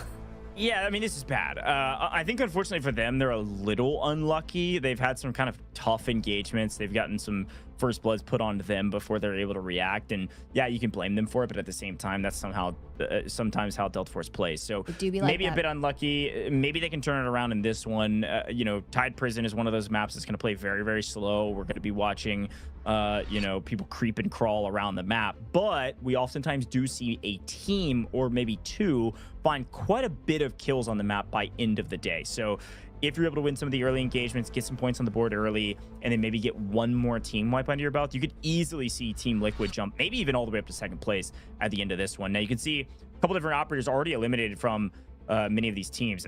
Kind of surprising to see FX already burn both their Alurus. That is actually very surprising. Every other team has used one. Yeah, no incendiaries for them going forward. But other than that, we're going to see probably at least one Nox per team. Here's a look at the most played operators or the most played comp, which is Shepard, Nox, Morse. You're going to probably see a Nox and a Morse per team. The third is kind of variable. We've even seen some Senevas pop out in this one, and you could easily even see double Nox, which is why our pick rate's actually at 38%, which is higher than even one per team. Yeah, it's actually a good shout. I always see minimal Senevas on the other region. So when you mention it, 100%, we do usually get a rogue one every now and then. From our last tier 1 spawns on Brakkesh, Team Liquid and Leviathan were the people that did have that. Not going to be able to get them here on Tide Prison, which is W, right? You don't want an airdrop T1 spawn. You want to go into Space City with a coveted tier 1 spawn. So for our other teams that could potentially get them, we'll just have to wait and see. Yeah, this is, I think exactly right. You hit the nail on the head. Like, this is the spawn you don't want. It gives you maybe some small advantages in some fights, but other than that, it just prevents you from having a tier 1 spawn for a Metal Brick round. So very important thing to remember on this map is if you don't get that tier 1 spawn, hey, that's kind of good news. Now, for those maybe just tuning in for the first time, worth mentioning, Tide Prison plays a little different. Yes, it's going to play slow, but also there is a GTI supply mission that you have to do to get that high caliber weapon. So remember that. That's how you get the high caliber weapon. Just one more airdrop. Now, as a reminder for you all at home, if you're like, man, I really think I can compete with some of these players, guess what? Now's your chance. Season 2 right around the corner. Registration opens August 10th, which is in what, 3 days time? That's ridiculous. Get ready with your team. Could see some roster mania at the end of season 1. For those that don't know, you have to be top 3 in the final lobby on finals day to get an automatic qualification spot into season 2. So even some of the teams maybe competing today could see some different rosters or the same rosters competing through those open qualifiers as well. So a lot on the line, and you can join it as well. But let's move in to round number 3 here in our Survivor Stage 1. Get me into Tide Prison. Let me see the chaos. I want to see fighting all throughout. But of course, our teams are looking to be some Nox. You do have Morse. You do have Shepard. Okay, I see FX pulling in a Luna. I'd say I'm shocked, but I'm 90% positive the one time I was on Americas in the group stages, we did see a Luna. And yes, Ayo indeed for FaZe. Yeah, Sunoka's pulling a missile off rip. Come on, my man. I wish you could use that. It'd be helpful. You go through Tide Prison, but a great shot on the operators. Maybe more important than the $1.4 million missile that they just pulled. Good. But we love missiles. The Noxes across the board. You do see a Seneva from Hodsick. Team Liquid getting a little weird, which I like. Why is Seneva good? Well, 1, you can actually peek corners and not risk getting obliterated. 2, man, if you hit that grapple, see you later. It's a great way to just get picks and find yourself in a player advantage position. All right, good look at the map here. You can see Leviathan up there in the far north. Call them Starks instead. Elsewhere, you have Team Liquid and Nightmare. Definitely looks like they're close, but you know there are so many nuances on Tide Prison that they are probably layered in that area on top of each other. We could probably hear, but not quite for FaZe. Out on the east side, W Key Forever, just kind of on that horizon, and FX roaming down towards the south. Yeah, first engagement actually is usually down by Warden, so I'm surprised not to see 2 teams kind of bang out down on the south side. Let's do a quick vibe check here with Leviathan, see what they were thinking before the round. Seconds before deployment, we're talking about our game plan and what we want to do depending on what spawn we get. We know we're the best team in this lobby, and we're going to take advantage of that. Expect us to be really aggressive and boss up when we get a chance to. Okay. I like the answer, 1. And 2, I like that it was more than 1 word. That was nice. Little insight, Leviathan, thinking that they're the best, so a lot to prove. Okay, here's the deal. When they said expect aggression, think back to when Socio kind of pushed out on Zero Dam and got aggressive. Sure, it got cut down immediately, but the aggression was there. Yeah. And we've seen LEVIATAN actually do big things even on Tide Prison rounds. I saw LEVIATAN walk out of Tide Prison with, I think it was 12 kills and a crazy amount of loot because of that. So let's see what LEVIATAN's able to do. As the players move slowly around this one, Boy does find his way to a gold bar. Nice little value add. But it doesn't do anything for you in terms of our points unless you get up to 2 million in value. That's per 2 million in stash. And we mentioned it, I think, at top of show, but it does round it down. So 1.9 million gives you nothing. There's that missile shell. And 3.9 million only gives you 1. Got to get to a perfect 2 and beyond to get the next point. Thank you for the update, Gosh. That was No problem. I really enjoyed it. Listen, it's Tide Prison. If you want to get into the nuance of rules, I'm down to yap about this because the teams are going to play really slow here unless they get intel. I mean, Morse is a great way to get some intel. Nox is a great way to find a kill on a sneaky little flank as they go silent. I think Socio Legend's going to try that here through the vents. Wait, yo, I think he actually saw him just for a brief moment because you hear the bullets come through. Yeah, definitely spotted. Unfortunately, you don't go invisible. Just your footsteps are quiet. And Farmer Lucas, I don't think he gets surprised very often, Tiff. He's just like, nope. He's a man of few words, but very efficient. And you know he's relaying that information straight to Deathwing and Equal. He's like, guys, this is happening. We don't need to do anything crazy about it. But just know, there are people in the vents. Beginnings of a horror film. Waiting for the jump scare. Starting to feel like the back rooms over here. Actually, I haven't seen that movie. Oh, dang. We have to go see it. Didn't see Obsessed either, so, you know, all I see is Delta Force right now. So true. Quick look over at FaZe. They're actually rotating through the northeastern side of the map. Pushing over by cell block, and I'm going to try to get some intel around mid-map. Our GTI supply mission is actually about to open, so could see a couple of these teams go for that. That opens up on the south side by Warden, so really the only team in the area is going to be W Key Forever. There's a mission getting picked up actually by FaZe. Sir, 'tis a flesh wound. And I think the only other Raven's going to come out here, so they're actually going to do the Warden's missions. Now, the only other thing that I'm seeing on our map preview is that looks like FX are actually playing out by Water Extract on the south side of the map. Sure. So FX playing for the objective. Love that. Or sorry, FX playing for the extraction, FaZe playing for the objective, and everybody else maybe playing for kills, looking for an opportunity to open up a fight. Socio's waiting. Like, he is definitely committed to the push out here, and Lucas is not going to let him find any kind of purchase. Elsewhere, W Key Forever, finding a lower valued red, but I mean, still a red, still some nice value. And as long as it pushes you up into the next, you know, echelon of what's going to get you a squad point, great. But we're not quite there yet for W Key Forever. Patience is a virtue, is what I always say. But in Tide Prison, let's get a little weird. Let's get a little mean. Let's throw virtues out the window. You want a dogfight? Yeah, I need a ballroom brawl. Now, that's elegant. To be fair, though, I think that probably wouldn't be the right play. You need to make the most of this map the best you can, and just full tilt sending through a doorway. You're probably gonna get shot in the back by somebody crouching behind the door. So you do need to clear all angles, and teams are slowly but surely working their way through the map, clearing their corners, making sure they don't make a mistake. Well, welcome to Fight Night. A lot of our teams still separating out. You were talking about FX early on. They have completely wrapped to the opposing side of the map through the reservoir and are starting to head up north. What their intentions are, you never know.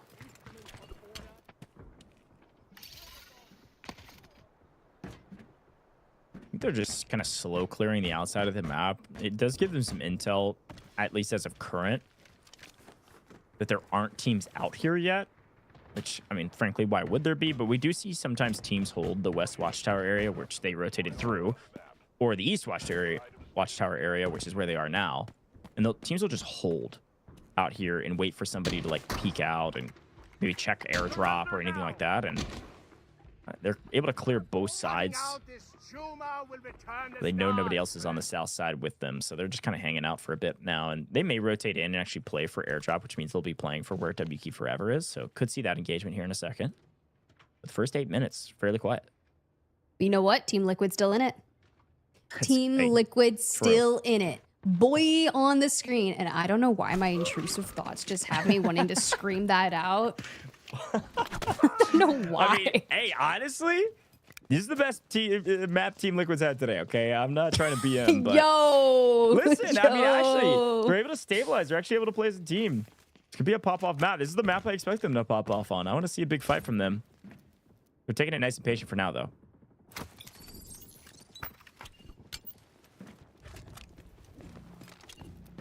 All right, here we go. Looking for some people, if potentially, but nothing is going to be gathered on that current size of the util there from Morse. As you hear across the way, making our way, looting our entire way through. Here is the airdrop on the outside of the map. Now, this will not get our high caliber weapon. It does look like mission has been picked up finally. Should be WK Forever unless I missed who picked it up. So I'll get a correction on that in just a second. But FX is rotated all around the water, like we said, and is actually here to this airdrop first. Now, again, probably not going to get much out of this. Okay, we'll take a graphics card. And yeah, other than that, it's just going to be a bunch of golds. Unfortunately, not a great rep, but we'll take what cash we can get. That was probably about $500,000, maybe 600K in total. Really doesn't do much for you, but not even a kill in value. But we'll take it. Back to check in with a nice moment here of FaZe. Curious to see on the horizon. Of course, that is a couple of hallways down. Leviathan is, as we move on over to see what the boys are up to. Now, with 8 minutes on the timer clock for Tide Prison, you're not necessarily going to see teams looking to combat each other. Typically, it occurs in the final minute and a half, 2 minutes, if we're lucky. Well, hey, to that point, usually Zero Dam's like 5 minutes, and it was 60 seconds. So if Tide Prison's usually, we'll give it a solid 2 minutes. This time, we're not going to see a shot fired until the final 15 seconds. Talk about a bang out. That'll be fun. Probably right. Probably right. I think big things to play over right now. Again, we've got our GTI supply mission currently underway. And we also see, or we can see on our side, you actually can't see it currently, but for those that are curious, that water extraction, there it is on the map. Water extraction's in about 2 minutes. Should see a team maybe go for that. Might be FX now that they've cleared the south side and actually gotten some loot. I don't know. We'll see if anybody goes for it. Could be a first engagement here, though, as taking a decent bit of damage. WK Forever is actually going to back up after some util has been thrown down by Team Liquid. I was like, wait, are we going to see action? I don't know. Halt, hold the line. This is a good look at the map, though, where we were talking about how FX rotated down through West Watchtower area, carved their path along the reservoir on the farthest outside, and have now emerged on the east. And what they have done is just kind of formed this steadfast line covering so much space. Will they be able to take initial shots onto FaZe? Not 100% sure. We are still seeing some big items coming through from Team Liquid. You mentioned but we didn't necessarily highlight it just yet, but they're throwing down 2 engineer operators on Tide Prison. Yeah, they wanted to play defensive, and a great job from them, actually. And this is what I missed. I thought it was WK Forever. It was actually Team Liquid that picked up the GTI supply mission. So you can see the top middle of your screen, they just completed that, and the red that popped up at 100K, that is the ammo of the M82. So a big pickup there from them. Watch out for Team Liquid, high caliber weapon. Could see it used here, or if I'm Team Liquid, I say this every week. Get the heck out of the map with that thing, wherever you need to go. Usually they send one out via water, northeast of the map. The solo extraction, you can swim down and take that one. that's where usually you would send like somebody like Mendo who's got it. There's the M82 on your screen. But sometimes you're kind of trapped. You go wrap out by yourself. You get cut down. Again, you have to clear every single credit corner if you want to make your way to any location on this map. So they may just play together and look to grab that value now, finding some kills. Do it, do it, do it, do it. I feel like I'm in like a schoolyard fight. Like, meet me after class, bro. It's happening. No, for now, Team Liquid. I just want to see Hodsick kind of grapple someone. I love Suniva. Is that a hot take, chat? You let me know. I'll catch up with you in 10 minutes, I think is how far you are behind us, roughly. So it's a hot take that I love Suniva. I think it's so fun. I love a good Suniva. And if you're in this lobby, you're probably a good Suniva. So fair enough, fair enough. Be like, just hook them. Yeah. Okay, footsteps above. W key forever and FaZe maybe the first big engagement. All conjecture for now.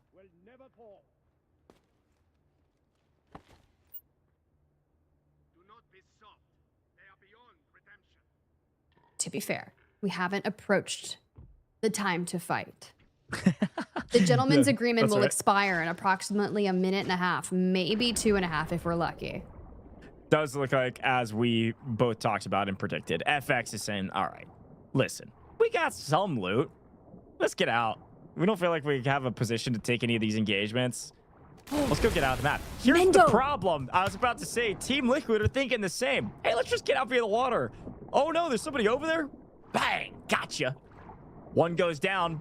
Our first fight. Sharks in the water looking for blood. Yo, at first, I thought it was the shark, but then we come back to this replay, and there is a head, there's an M82, and I see utter deletion. Great shot. We need to stick with that fight. Quick check in there with Nightmare at the top, but here's Team Liquid getting really aggressive. FX, still a duo. Their third finally goes down to yellow after they get the cleanup or at least timeout, but a trade back. UMura actually gets up a full-on Mendo. No more sniping, shared extraction, but a big engagement on the other side. We'll check back and forth between these two fights. Associate Legends finds one on W Keep forever and back into the engagement. We go on the water. 17 seconds on the clock. You can extract if you stay on red. Boy, gonna look to clean this one up and hope to not get shot in the back as the swimmer is down below. And oh no, the shark! Watch out! Don't Shark die. Week, I think, was last week, y'all. They're still reeling off all of the action. When you put Chum in the water, they're going to get aggro. What is this, 1% of HP? This is disgusting. So much going on at the same time. We'll come back to it, though, because another big engagement. Leviathan finds one, finds two. Can he line them both up? No, gets the trade. Couple go back and forth. It's going to be Eclipse by himself. Unfortunately, util lands perfectly.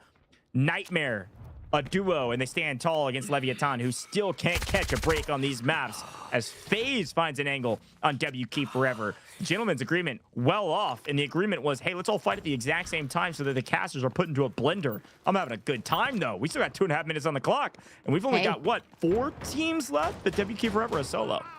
WQ Forever's got their knock still up. You are 100% accurate. FaZe, a team of 3. FX, a team of 3. Nightmare, a duo. Team Liquid, their duo said, we're getting the heck out of here. But this is what I'm talking about. A nice reset from the boys at FX down in the middle of the reservoir. So with 2 minutes to go on the clock, how much more options do we have? You pull the M82 off the dead body and use it for yourself. You've only got maybe 2 or 3 bullets if you're lucky, because we saw Mendo shooting.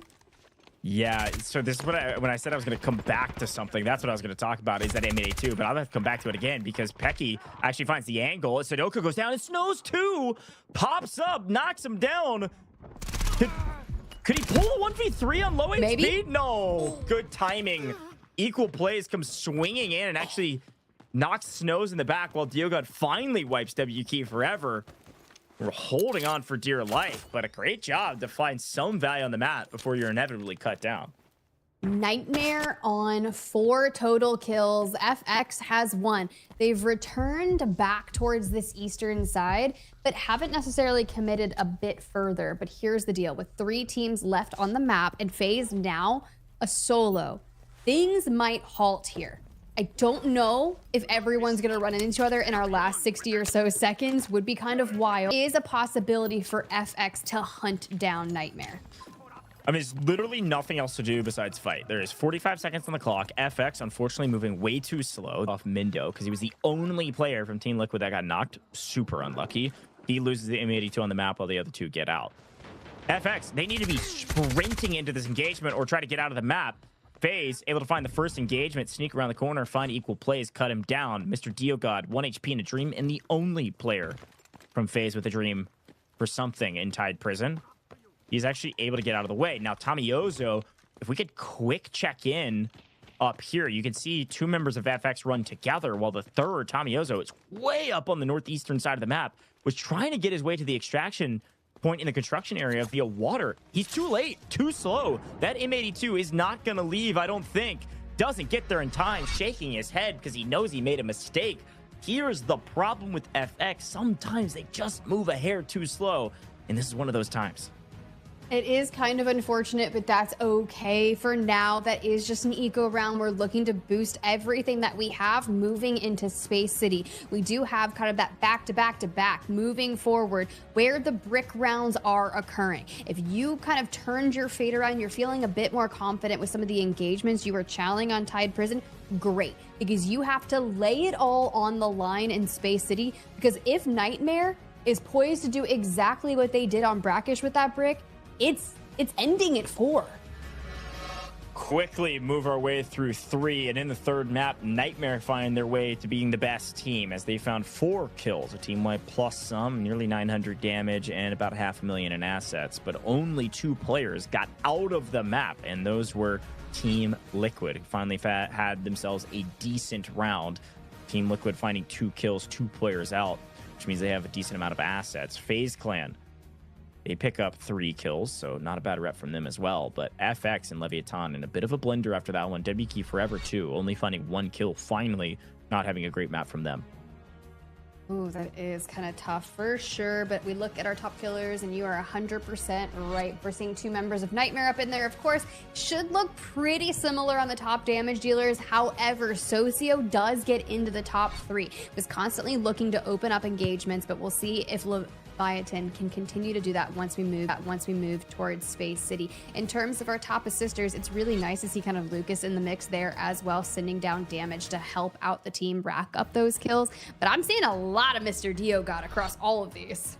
Yeah, a great rep from Mr. Diogod and a great call out from Mute. You spotted it. Top player, 3 individual kills from Mr. Diogod. 1.5 million on assets straight into the safe box. That was that missile shell that he found early in the game. So great job from him to be able to pick up not only some supply points potentially with some of the compensation that comes through from the kills, but also 3 kill points as an individual. Very well done. Also, as a reminder for everybody else out there, folks, you can see it down below. Drop a follow on all major socials here with Delta Force. Not only the main channels, but also the esports channels. We got esports specific broadcasts going on right now, and of course on socials. It's a great way to stay up to date on all things Delta Force Rise series. We also have a dedicated website you can go to, official website. Scroll over to the esports tab, or just scroll down here on the Twitch broadcast and click those panels to see everything you need to know about the Delta Force Rise series. We're gonna take a very short break here in the booth. When we come back, it's all metal bricks all day until we are done. Round 4, right around the corner.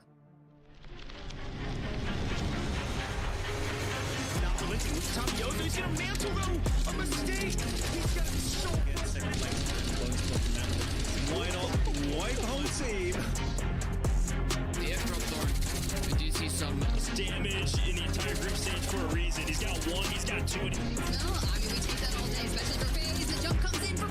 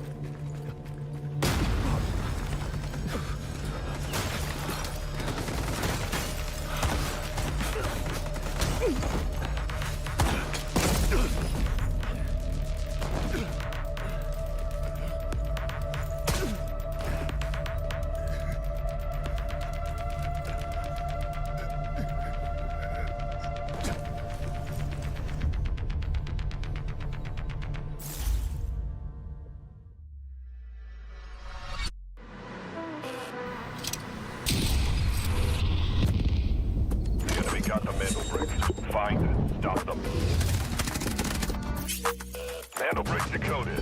Nice work, operator. The time to strike is now. Do not let me down, operator. Decoding has begun. Defend the area.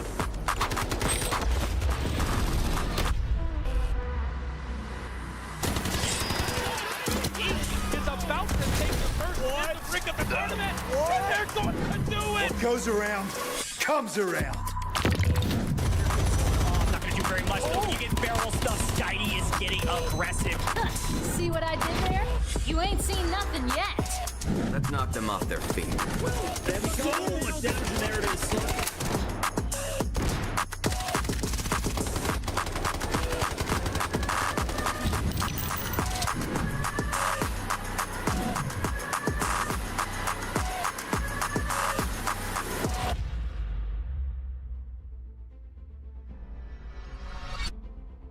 Welcome back, Delta Force Rise Series Americas, and we just wrapped up Tide Prison in our Survivor Stage 1. A chance for the top 2 teams to make it straight to Championship Sunday, straight to the finals, to be one of the 6 teams playing for the championship victory. A ton of cash on the line when we get there, but we got to get there first, and we are moving into Space City next. We are moving into our next Mantle Brick round. And a chance for Nightmare to potentially close it out early, Tiff. I doubt it, but it is possible. Really excited to see this leaderboard, see where the teams currently land as we prepare for the next Mandelbrick round.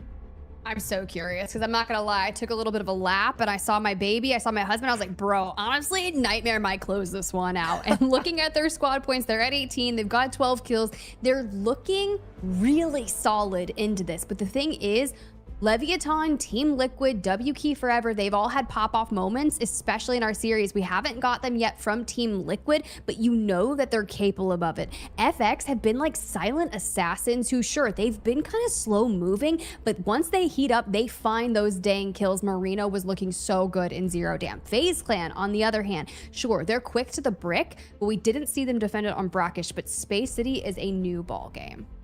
Yeah, that's exactly right. Totally different map. It'll play totally different, especially when everybody knows they have to have a mantle brick if they want to be a top 2 team right now. So let's get into Space City and see who actually goes for that brick. And I don't think, I've got to assume, we will not see a free brick this time around. You have to play for that mantle brick if you want a chance in this tournament. Now, good news for some of these teams that are maybe struggling. Team Liquid still bottom of the leaderboard.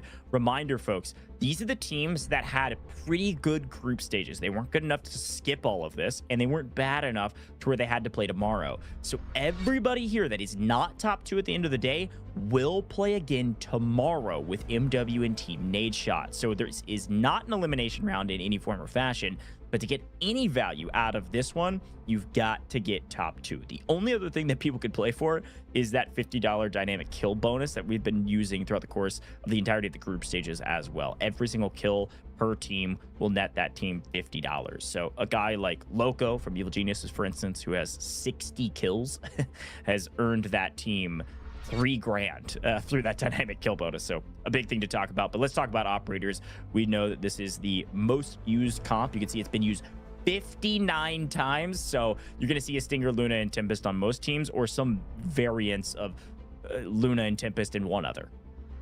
Yeah, you're not wrong at all. A ton of Tempest coming through. However, the teams that aren't guaranteed tier 1 spawns might not actually elect to bring a Tempest into this round unless they're hedging their bets that this could end early. It could be different because we do have a team coming into this in win condition. We did see FX bring a Luna into Tide Prison, so if they do here in Space City, they are going to be completely out of Lunas. We talked about the spawns.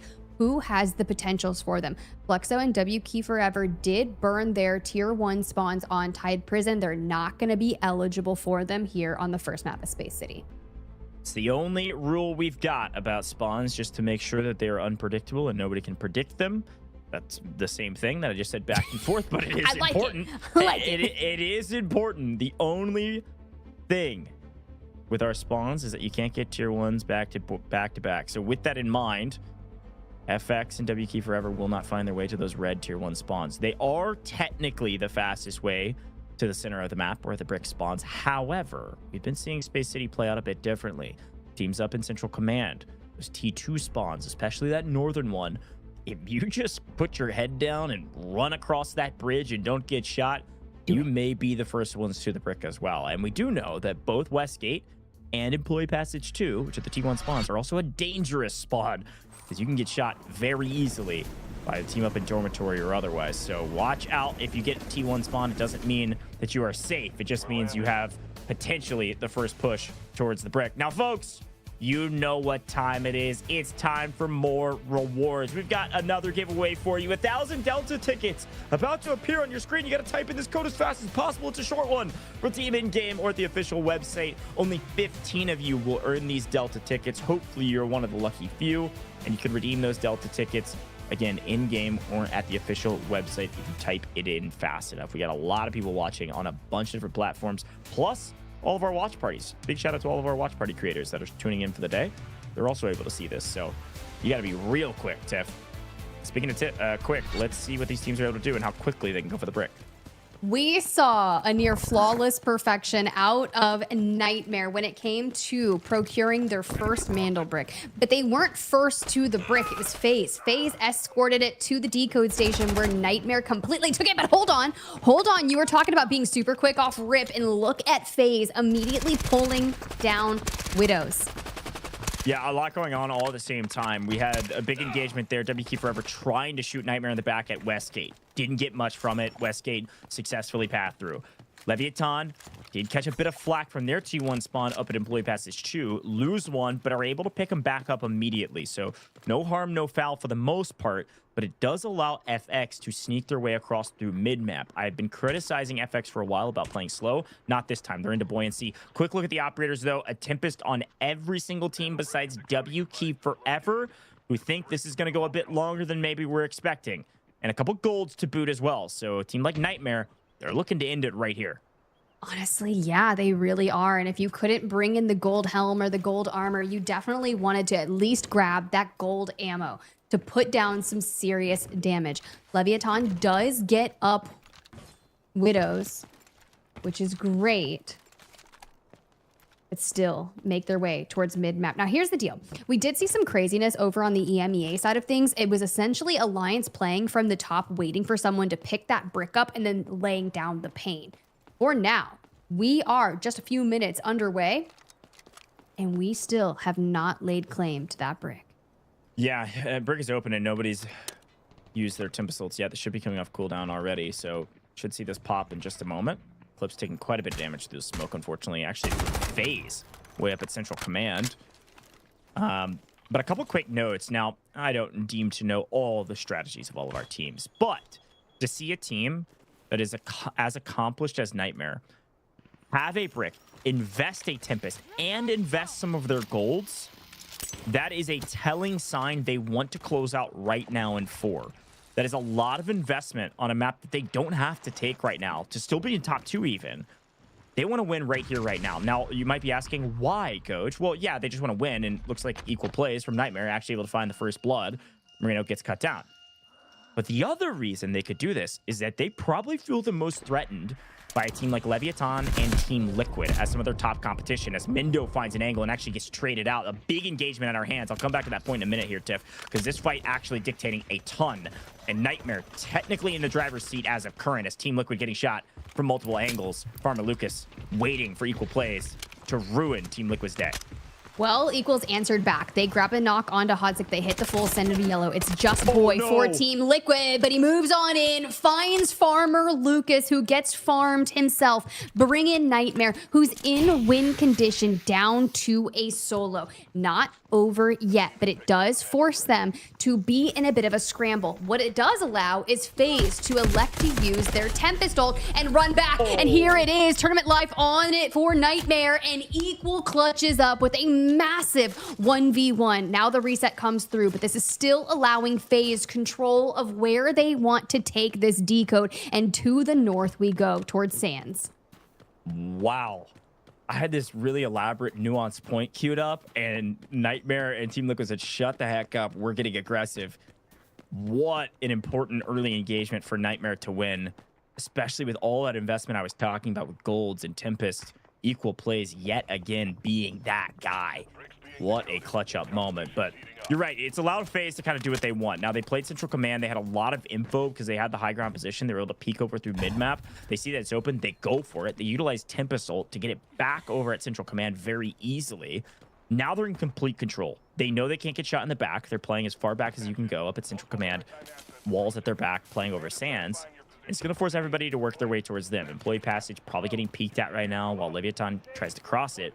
FX are going to be rotating around the other side of Central Command. So we see DioGod playing quite literally as far to the northern side of the map as you can. But the important place to be looking right now is where is Leviathan and how aggressive are they being? Here they come. Cross Employee Passage, taking quite a bit of damage. Goodbye, Socio. The distance on that is crazy. We just get absolutely yeeted back. All right, for now, things start to simmer a bit. We've had a minute expended on that decode. We're down to the 3-minute margin. And what this has allowed is some of our teams to make progress on their rotation up towards this side. You do still have FX lurking on the north, wrapping through that Central Command building. W Key Forever. They're in dormitory. They'll be here eventually. Give them like 3 to 5 business days. Hopefully someone can swap a decode and they'll be there. Leviathan is still kind of fresh off that Tempest ult for Socio and haven't necessarily committed to head up north yet. Our closest teams, technically FX and Central Command. Let's do a quick vibe check with Snows, who's on your screen now. Honestly, I'm not worried about the survival stage. We are just going to take down everyone who's in front of us until we get to the finals. Fair enough. Not worried about it, and I wouldn't be worried about it either if you get this brick for free. I don't think that'll be the case. But so far, FX is the closest team, and we know they don't get really aggressive unless they find an opening, so all quiet for now. All quiet? While Nightmare has regained to a team of 3. So they're kind of heating up. They haven't gone up north, but you know what they have? The power of win condition. Yeah, and they just looted all of Team Liquid too, so they actually have a decent amount of loot on them. It's actually a big question if you go for this engagement or not. You know you can't lose right here, obviously, but you could lose a ton of investment that you've already gotten some value out of. But again, I go back to that nuanced point I was making with Team Liquid. They wanted Team Liquid out of this lobby. They want Team Liquid to have to fight another day tomorrow. And one way to secure that when you know they're at the bottom of the leaderboard is, yes, wipe them, but also just close out the match now. Them and Leviathan not in a position to get second via tiebreakers. So Nightmare want to win right here. And I think they're going to come get a piece of this action as FaZe and FX go for a big fight. 60 seconds on the clock. And it looks like FX, unfortunately, had to burn their Tempest ult. And they don't get a steal somehow. Surprised to not see that Tempest connect with that steal. Maybe ran out of time. No steal, no knock, and W Key Forever is now at the backs behind FX. They haven't actually isolated them just yet, but this should push the equation towards FaZe. 30 seconds on the clock, and you're 100% right. Nightmare's in there, but instead it's FX who targets them. Hello? Do you not want to prolong this engagement? No, probably not. You don't know if it's going to end or not. You gotta go for a steal, and nobody's gonna get there in time. Who could it be? Snow's just gonna sit on the decoding station. The disarm comes through, doesn't connect. Here comes FX finally. Marino peeking the corner, not seeing somebody there, and the smoke on it. 6 seconds on the clock. A barrel stuff, a disarm, anything to save the steal. Final 2 seconds. Barrels in the bodies of their opponents. FaZe hold on for dear life, and they get the brick. FaZe in second place overall, looking to make it first by wiping the rest of this lobby, but they're down a member. But here's the deal. It doesn't matter what happens throughout the rest of this, because if it ends in our next Space City round, we already have our top 2 teams. If FaZe or Nightmare close it out, they're the only 2 teams with bricks. We found our top 2 for finals. So someone is going to have to absolutely ice up after this and force us for more games. Here comes Tomioso playing extremely aggressive and loses yet again to FaZe. FaZe able to wipe all of FX, who couldn't get anything going in that map. Finally, W Key Forever show up, and they're actually shooting the backside of equal plays. Who gets fully eliminated. Nightmare down to a duo. FaZe a solo. And Leviathan, full team of 3, joining this fight very, very late on the outside of this bulletproof glass. Oh, their counterparts, WK Forever, push from the opposite side. Ooh, that is absolutely crazy, though. And our squad points are going to be incredibly important if we do see a tiebreaker later on. But Nightmare, it's the reset on to equal, finds a couple of kills. And still, Socio, you heard from Leviathan, they wanted to get aggro. They're doing just that. But for them to be as aggro and not necessarily finding a ton, it's crazy. 3 teams of 3 left now. All the scrap has been cleared away. Nightmare were able to pick up their res. 3v3v3. I'm not sure who has the advantage. I would argue to say that Nightmare is probably in the worst position as they're pinned down between 2 different teams. And here comes the fully aggressive push from Crab. He's able to get 1, almost 2. Finally, Deathwing able to answer back and get a full wipe actually on Crab. But Nightmare down to a solo. Equal plays. Can he clutch up yet again for his roster? As WK Forever do get the double cleanup. So DW down, Farmer Lucas full down. Equal plays last alive, and Leviathan a full team of 3, the only team of 3, as WK Forever lose 1, potentially 2. No. Nice trade back there. Peaky with a great angle. Still able to keep himself on his feet. Definitely something to be said there, but I will say with Leviathan immediately coming over here and trying to see what can happen, they pick the knock up onto the Tempest who reses themselves, and Leviathan is back up to a team of 3. So we have a trio, we have a duo, and then we still have that solo of Nightmare. A quick look at equal plays and where he's at. He's actually on the bridge. So he's going to be able to creep over here from Central Command and actually find an angle. Perfect find. Marksman rifle in hand. See ya later. That's a full cleanup as well. So WQ Forever now down to a solo. And Leviathan easily in the best position to wipe the rest of this lobby. Problem is, you never know what equal plays can get away with. It's actually true. Bro could cause some shenanigans to happen off the backs of this last Space City, and with plenty of time on the map to make it happen. That's what's been different about the Americas, is these people are getting their bricks, but they're getting them in such a quick pace that it kind of just opens up so much time for these engagements to happen throughout the map. And with the majority of our teams wiped, like FaZe, like FX, like Team Liquid, who went out first, it just makes for such an interesting dynamic when comparing it over to EMEA this morning. Well, yeah, I mean, we've played 2 maps, Mandelbrick rounds, and we've only seen 1 steal in total. And it was Nightmare on Brakkesh at the very beginning of the timer. And other than that, I mean, nobody even stole anything in this one. FaZe just grabbed the brick, planted it, and nobody got there in time. Fair. 2 teams in win condition once we drop into round 5. But for now, it's all about who's going to survive long enough in this map. Rack up some extra KP. Should we go the distance? Should we see a 3rd team emerge with a Mandelbrick? You're going to want to break those tiebreakers, and Nightmare already has 26 squad points. So staying alive on the map, whether you're picking up just a couple of things or even another KP, it does work. Yeah, I'm looking at Equal Plays' gear. He has a gold helmet. I don't know. Unless he's got a crazy amount of loot on him, which I don't think he does. It's probably worth him staying on the map and going for kills. If he would have been fully decked out, like if he had gold chest piece as well, there's a chance he has one in his inventory in his bag that's needs repairs. But if he has full gold, I would probably say trying to sneak your way out of Test Workshop maybe would be the play.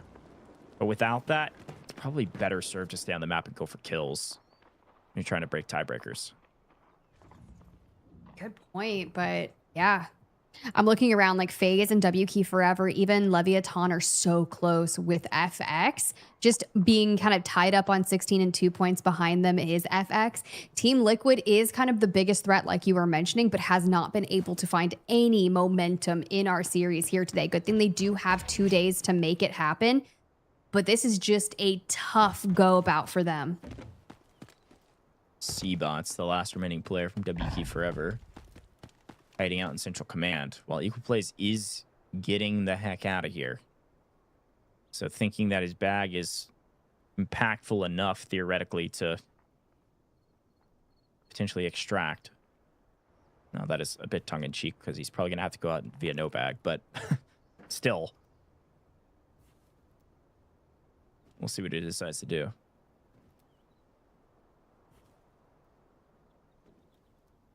I mean, we're just going to inch up very, very slowly. Arm strength, 100%. Crawling prone. Oh, come on. Hello? Hello? Sir. He's prone! You see him? No, he's gonna get out! Oh my goodness! That's so unlucky. He looked like a piece of dirt. Oh, and he throws the rocket up. Just out of frustration, frankly. I mean, that's brutal for C-Bots. You hate to see it. Oh no. Oh, no. Not God. like this, C-Bots. Not like this. The trumpets are playing, man. Oh, that's brutal. Hey, we've all been there. You just miss it. You just glance over, like, why would somebody be prone out there looking the other way? But that is so unfortunate. And right when he started moving, it was just a hair too late, unless you laced him with headshots. So C-Bots goes down. It is equal plays as a solo and LEVIATAN as a trio. And guess what? That solo has left the lobby. So LEVIATAN have won the map. Equal plays, protects a bit of loot that he had on him, gets out of the map, and therefore, the last 2.5 minutes is going to be a looting game for LEVIATAN, which I think they've already secured quite a bit of gold. Unfortunately for them, I don't think they're going to be able to get out with it. Yeah, kind of unfortunate. Just time not going to be there for them, but at least we did see one run out, go Nightmare, preserve what little you can moving into that next Space City round. This one definitely played out kind of interesting, and we're just gonna frolic the map here. Yeah, I mean, you know, thinking back to the early engagement, I mean, Team Liquid being right next to Nightmare at the very beginning, I think that was a pretty important fight, right? Like, that's the fight that dictated the way the map played. Once that fight broke out, those are the two teams closest to the brick. FaZe was just like, oh, okay. Well, they're all fighting, so... And Nightmare win it. And win it pretty quickly, too. But they've got to res both the teammates. They got to repair everything. They need to loot those bodies. So FaZe grab the brick. And they go all the way up north where they know they're alone. Everybody has to rotate to them. But everybody rotates slowly because they know they can get shot in the head from distance. And you saw Equal Plays Marksman Rifle. It hits like a dang truck. Rotate a bit too slowly, thinking somebody else is going to do something. Somebody could steal it to reset it. No, you're not going to get any of that. FX just a hair too slow. Yet again, FaZe get a free brick. Also true, but I mean, look, here's the deal. FaZe was the first team to jump on that brick back in Brakkesh. Guys, I'm going to do this. I'm going to be able to get these words out when it comes to bricks and Brakkesh. But I don't think he'd be sitting I'm not gonna lie. I think us dropping and wrapping was fine, bro. Mm-hmm. It's just nobody moved from the brick. You know what I mean? What do you think, Widows? What do you think? I mean, you're entitled to your own opinion, bro. You got it. So what do you think? Do you think it's wrong or what? I think we should have stayed employee. Like, let me bring back an old match. One time, we should have just went in. Remember when we should have went in Brack on Game 7? It's the same thing. We have to do it ourselves, bro. No one else is gonna do it for us. You know what I mean? I still think it was kind of safe if we got to employee, to be honest. I think what we did was just too. Ooh, I like that. Hindsight 2020, a peek behind the curtain. Some nice healthy discussion as they realize that they can't extract. So we maximize our safe boxes and discuss, was it the right play or the wrong play? And we know for sure that it was the wrong play given the circumstances, but could have been right if one thing goes differently, Tiff. One steal, and are they in a better position? And I love it. They're like, okay, but like, what's your opinion? And they talk immediately about what has been happening historically. And it's all about playing your own game. How many interviews do we do when we talk to these players? I'm like, what are you guys working on? And they're like, look, not only is it communication, but doing our own lane, making sure that we are the ones to handle that brick. We cannot count on anyone else looking for a decode, grabbing a swipe, because sometimes it just doesn't happen. It's what we saw in Brakkesh. It's what we saw in our first Space City round. And now FaZe absolutely vibing, knowing that they are one of the teams that grab a Mandel brick. And if it ends next game, there's a good chance we're locked into the finals, as they were the best team in round 4 of Space City. Yeah, and again, I'll give the credit to this FaZe team. They've had their ups and downs through group stages. They have been playing aggressively for this objective. They know the win condition. They're going to do it themselves, put the brick in their hands, and figure out the rest later. And it's worked out this time, whereas it didn't work out the time before. Nightmare not able to be there to play spoiler because they had that early engagement against Team Liquid, and nobody else able to make the first move to really threaten them until the timer was just a bit too low. Now, as we look at our overall stats, Nightmare, not the biggest winners because they didn't get the brick, but in terms of points, absolutely. Nightmare pick up 7 kills, equal plays, 4 of those, going huge for the team to jump them continually up this leaderboard as a team with already a mana brick. They find their way well above their opponents in FaZe in total points because of equal plays and the heroics of Nightmare. Yeah, definitely some good shouts there, but I think that time of trying to hit a reset at the very start of the map is the sole reason why they were not there to try and jockey for that decode initially. They showed up incredibly late, but that's okay, right? There's still some more rounds to be had as we look at our top assisters. You got W Key Forever, Crab in the mix, some Nightmare as well. C-Bots kind of rounding out our top 3, but honestly, our asset earners, are we surprised? Equal does escape the map thanks to a nice little extraction over at Horizontal Test Workshop. You drop your backpack, but you still grab a nice 1.6 mil. Yeah, great shot from Equal Plays. Great heads up play there too. Again, I couldn't see his inventory, so I didn't know if it was the right play or the wrong play. Frankly, getting out and saving any golds is a great play, so he will find his way to match MVP with not only the assets gained, but also the 4 kills that he was able to pick up. Now, chat, you all are way delayed behind us, okay? So I know that. I'm seeing a lot of folks flaming FX for not getting aggressive. Can I give you a counterpoint? I agree, kind of, but the counterpoint is you can say the same about every other team as well, okay? This is part of this format. You've got to play for the brick. You've got to do it yourselves. You heard LEVIATAN talking about it in the comms. Everybody's saying the same thing. We cannot rely on our opponents to do the dirty work for us. And FX were the first there who could have been able to do that, but everybody else was too late as well. So this is an everybody problem as of current. And I think some of the nerves showing, Tiff, because this is the first chance for some of these teams to say, oh no, we may not make the finals if we don't make things happen today. We're going to head to a very short break. When we come back, folks, it's going to be another Space City round. Could be our last map of the day. Don't miss it.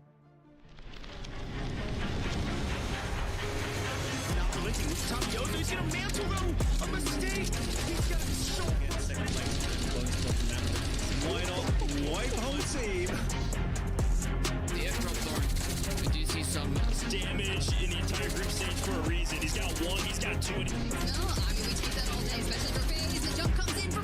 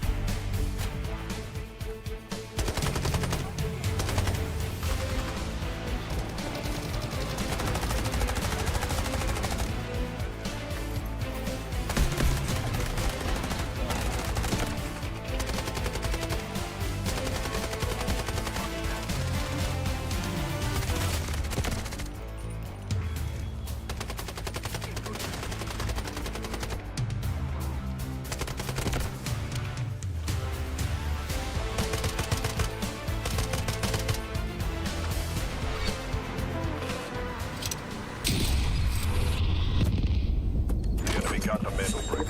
Find it. Stop them. Mantle brick decoded. Nice work, operator. The time to strike is now. Do not let me down, operator. Decoding has begun. Defend the area.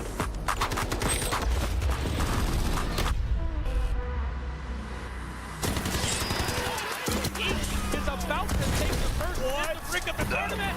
And they're going to do it. What goes around comes around. Oh,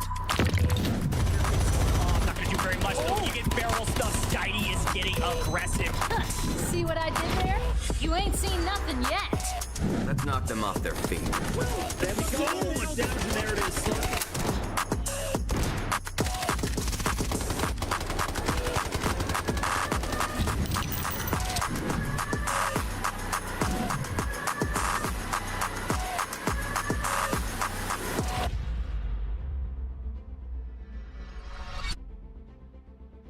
Welcome back, Delta Force Rise Series America's region here with the Survivor Stage 1. Just wrapped up our first Space City round, and you can see smiles on the faces of FaZe as they discuss their game plan going into the next one, because they did just pick up the brick, and it was a free brick for the most part. They did ward off the final push in the final 2 seconds, but other than that, no steals coming through in our first Space City round.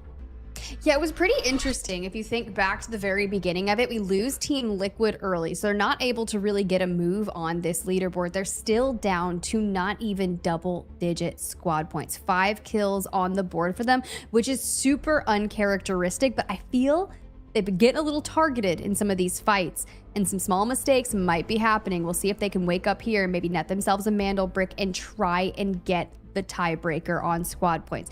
For now, it's Nightmare at the top with a brick and 26 squad points. FaZe Clan after their brick, they're about 10 squad points behind, but moving into our next Mandel brick round on Space City. Will it look similar to what we had? You did see a couple Tempest being invested. WQ Forever still has 2 available, so I'd imagine they're going to pull one in today. Yeah, I mean, that's such a really good shout.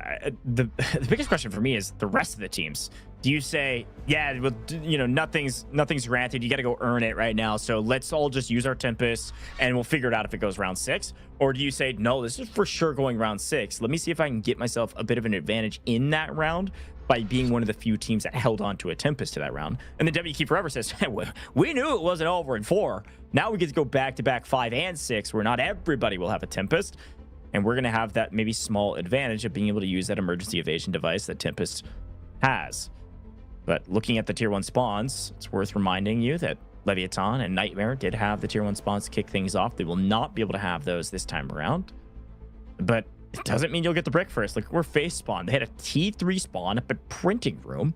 They rotate over to Central Command, stay patient, and they're the first to the brick, first to the brick into the decoding station, and second to getting a brick.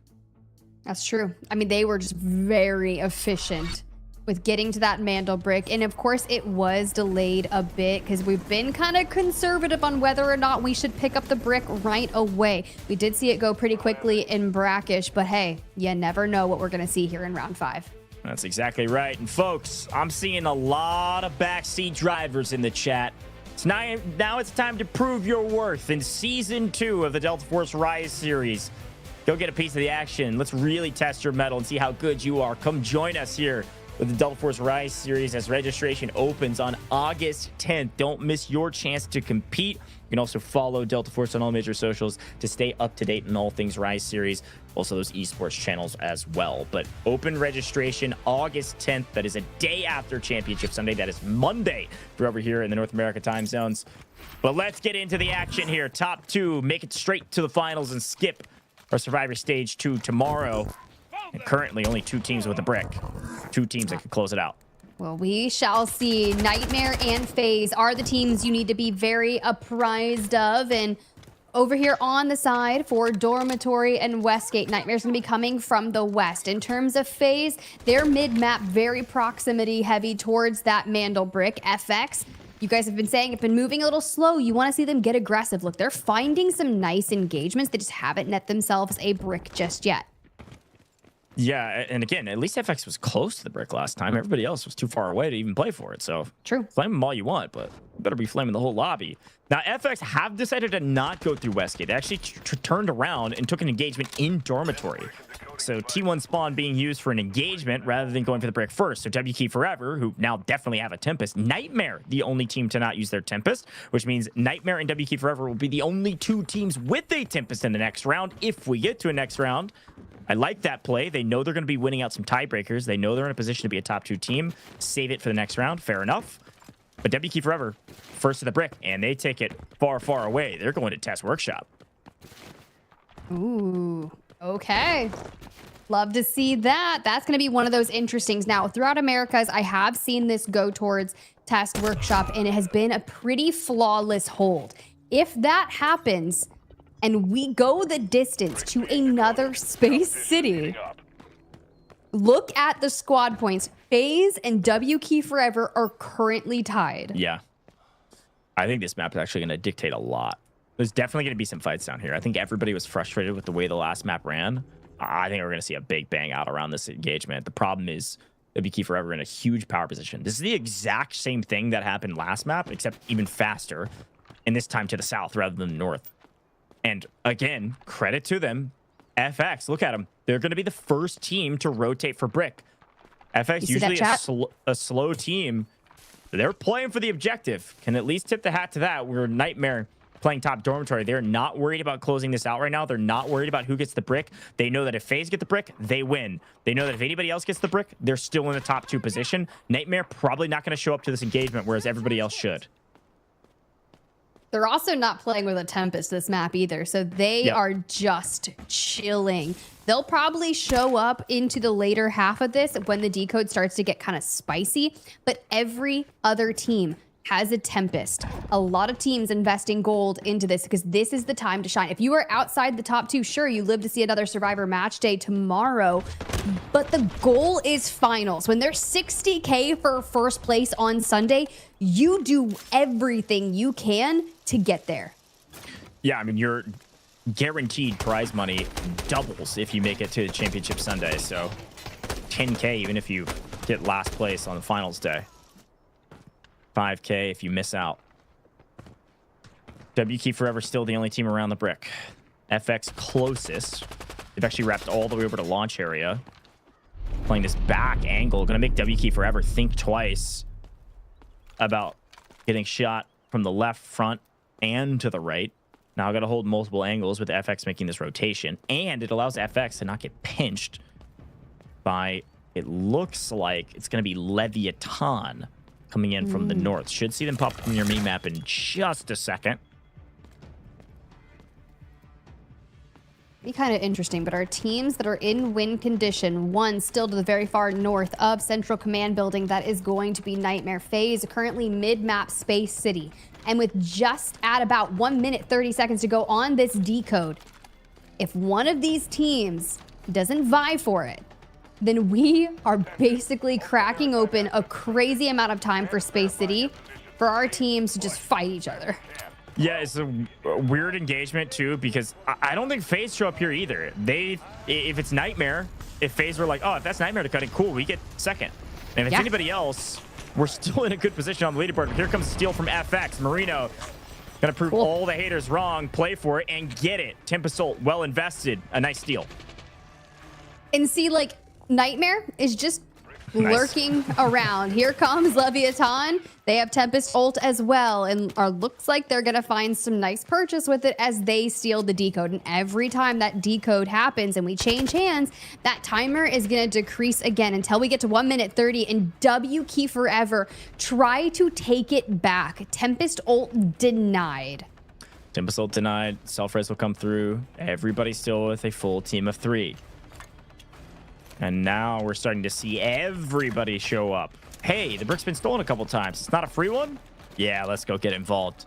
Even Nightmare going to show up late to this party. I think the only team now not interested at all is FaZe. Nightmare wrapping from Water Tank. You can see them, you saw them in X-ray there just a moment ago. Still a little ways away, but they're on the way. Team Liquid, you see them now on your X-ray, straight across. They've worked their way into Test Workshop as well. Playing the far eastern side, northeastern side, if you will, by Eastern Suspension Bridge. But right now, LEVIATAN is currently decoding, and they've got a nice little cheeky angle through the window. Dude, FaZe have sent up full north as well. Yeah, they're out of here. They're like, yeah, I don't want any part of it right now. Maybe I'll show up later. Even Nightmare, they go, they take some info, and they're like, yeah, I don't know if I want to get involved in this, because when you've got 4 teams over by Horizontal Test Workshop waiting for some ults to come off cooldown, ooh, it's going to get messy here in a bit. Again, it's just that weird position on the leaderboard where you're like, okay, I'm already a top 2 team. I don't really care what happens here, especially if you're Nightmare because of how much points you have on the board. If I'm FaZe, I'd probably play for this, but doesn't matter what I would do. Let's see what the players do. Mendo invests his ult to go recon. Doesn't see much, unfortunately. We'll have to wait for that to be on cooldown to actually go for a steal here. LEVIATAN peeking a window, and that is the only way they're holding it. Here goes FX. They're going to smoke it. One goes out in front. They know he's inside. Eclipse Does he still have the angle? He's gonna be able to shoot Marino here with a smoke, give him the full cover. FX going for the steal. LEVIATAN trying to hold it from the opposite side. FX do get the steal, and they don't even get the knock. The smokes apparently pretty valuable. My goodness, another steal. 2.5 minutes on the clock. FX kind of licking their wounds, all reunite on top of each other, turtled under the cover. But here's the deal.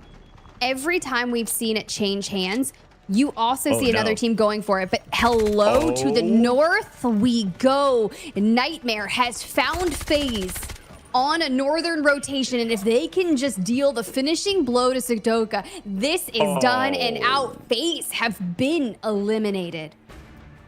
Okay, well, this means Nightmare assuredly is not going to show up to this fight, in my opinion. I mean, maybe if this keeps getting stolen, they'll show up, because what else are you going to do? But they There's now still 10 know, minutes. Yeah, I mean, actually, it's a weird question. They know that their competition, the only other team that could close it out right now, is dead and at their hands. So now do you say, okay, we don't really want a third team with the brick. Let's go play for it. Or do you say, well, my competition's out, so we're chilling? I don't know, but the rats are in and it pays off. FaZe, unfortunately, not able to clear their corners when they're walking straight out in the open, not thinking anybody would be over here. Lure Rocket does just enough damage. Boom, says Equal Plays. That's passion. We got a brick, That's though. passion. WK forever in control, 60 seconds. That means we're probably reached the minimum decoding time at 1:30, which means if we're going to be changing hands, you're not really going to be able to maximize those cooldowns. You have to do whatever it takes. Crab looking for some crazy angles to be able to hold the line here. Now with multiple teams, the only team I haven't seen necessarily go for the exchange is Team Liquid.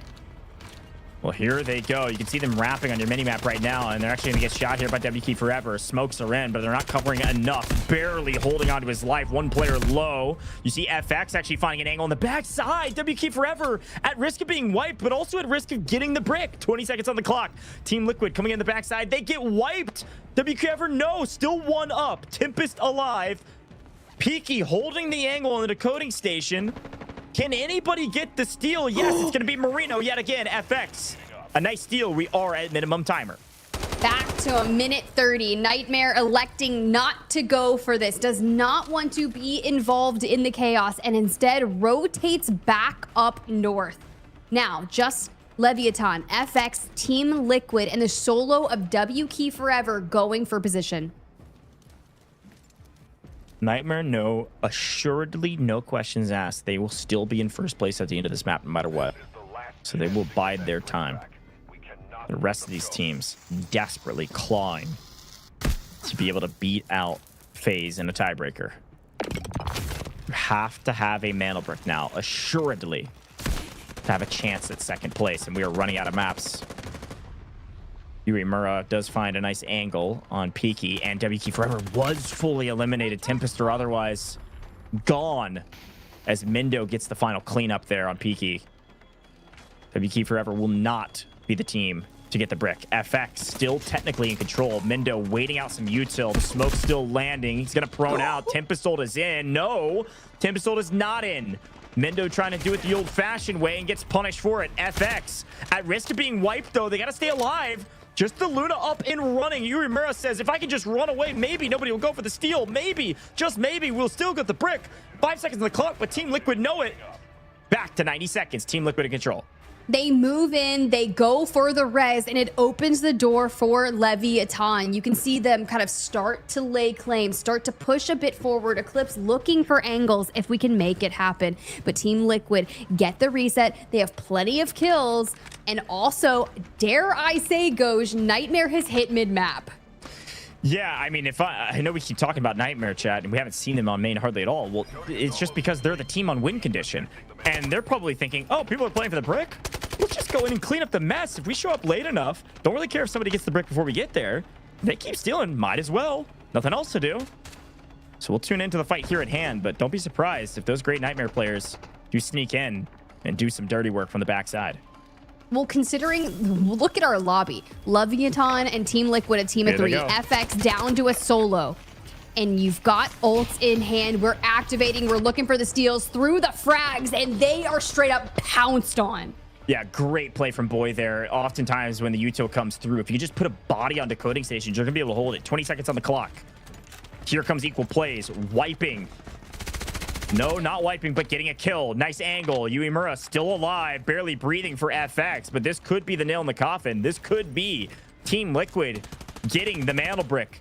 Nightmare not worried about the brick. All they're worried about is getting kills and wiping the rest of the lobby. They're looking for those tiebreaker points. Team Liquid sneak in the backside, get a couple kills, hold the line like a pouncing leopard, jump on top of the decoding station to hold it and steal that brick away. Team Liquid were at the bottom of the leaderboard. Basically nothing to write home about in the first couple rounds, and they find their way to be a top 3 team in this lobby with the mantle brick in hand. And the difference maker is FaZe is gone. Team Liquid is up.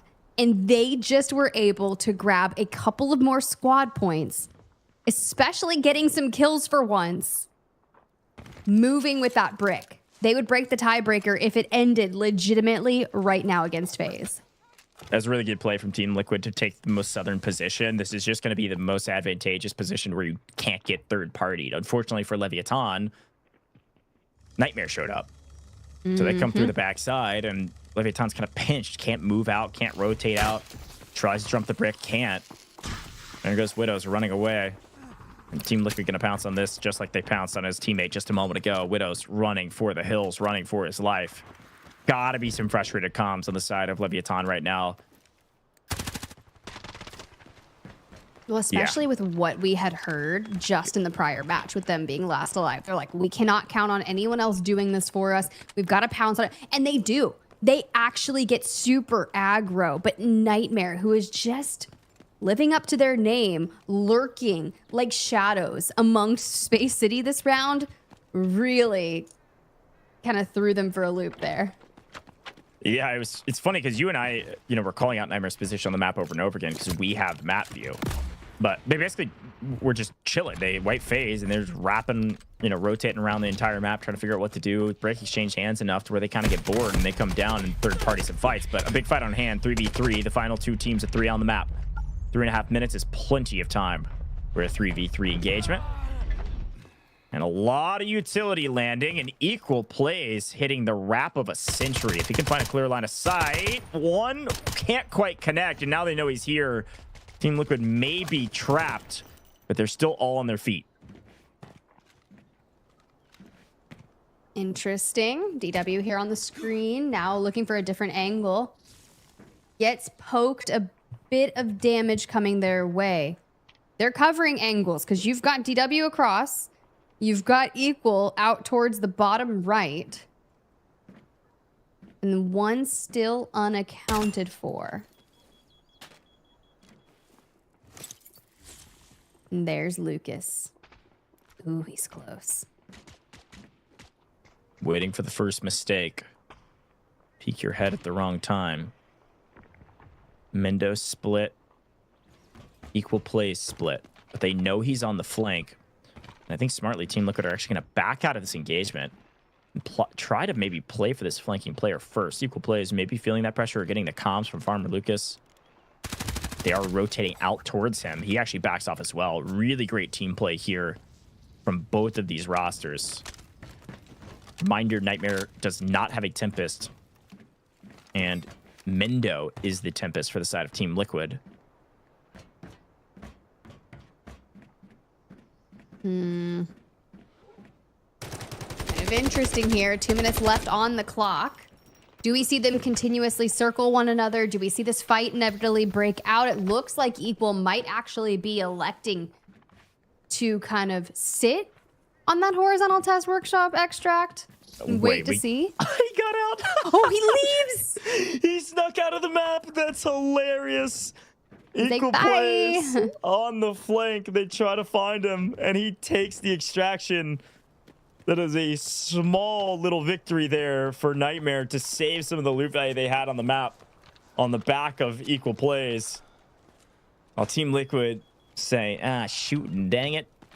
They stole away some of our loot value. It's getting, again, it may come down to tiebreakers like it did in EMEA, so any advantage you can get your hands on is a win. I mean, we still have potentially 2 more games to go because we can go to a 7-game series, especially if WK Forever, LEVIATAN, or FX want to grab a brick.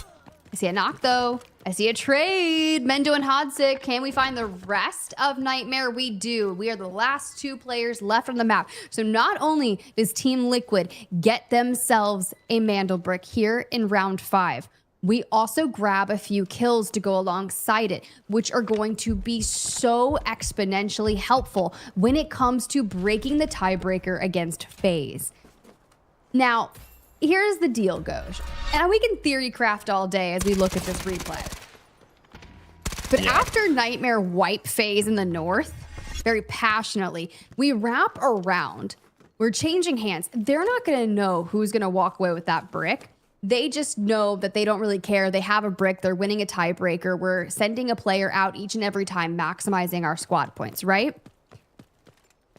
But by wiping FaZe, denying them access to getting more squad points, fighting Team Liquid, who have the most kills they've had in a game all day, will now win a tiebreaker if it ends in that next game.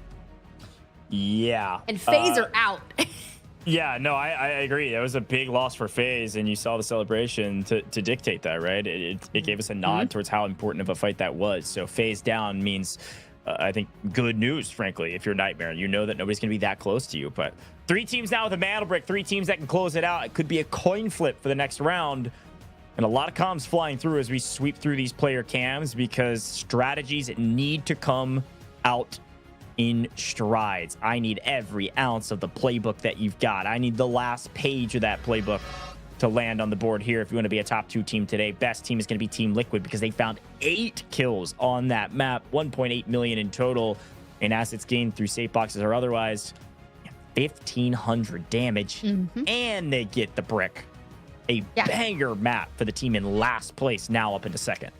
Well, we knew they had the potentials for it. As you see that breakdown that culminated the 8. Mendo grabs 4, Boy 3, Hodzic 1, right? But a lot of value that has been thrown down from Hodzic. Nightmare even have a really nice game with 5 kills, equal grabbing 4. Nothing really for anyone else. 0 on FaZe, 0 on WK Forever, 0 on Leviathan. But our top killers, as you see, Nightmare and a heck of a lot of Team Liquid. Yeah, so many fun little conversation points, stratagem points that I know these teams are talking about with who's where on the leaderboard, who we don't want to see into the finals, who we do. I don't know. There's a lot of question marks, and I'm just really pumped to get into the next map. But looking at total damage, Boy does find his way to over 700 damage. Great job from him. And Nightmare from Farmer Lucas there is able to pick up at least an assist that nets him a top spot. Equal plays, finding his way to this leaderboard with 0, but 1.4 million in total from equal plays as he sneaks out through Test Workshop, no bag, without anybody else able to rat him out or find him just in the nick of time. Save some of that loot value and also take away some loot value from your opponents. I like it, and that gives him MVP as well. 1.4 mil plus the 4 kills he got and plenty of damage. Nightmare looking like they are in final form, looking like the same Nightmare we saw through group stages. Really well done from these gentlemen thus far, but now there's 3 teams with a brick, and technically speaking, Nightmare is not fully safe. They're in a great position based on our score, but not fully safe. You never know what could happen. It's true. We could see a game like Team Liquid just had out of a team that already has a brick. It ends, you know, we see other tiebreakers come through. I don't know. Anything can happen. It is Survivor match day 1. Torches can get snuffed here. 100%. Well, folks, we're going to take a very short break, but when we come back, could it be the last map of the day, or will it be the penultimate one? You're going to have to wait and find out. We'll be right back in just a moment.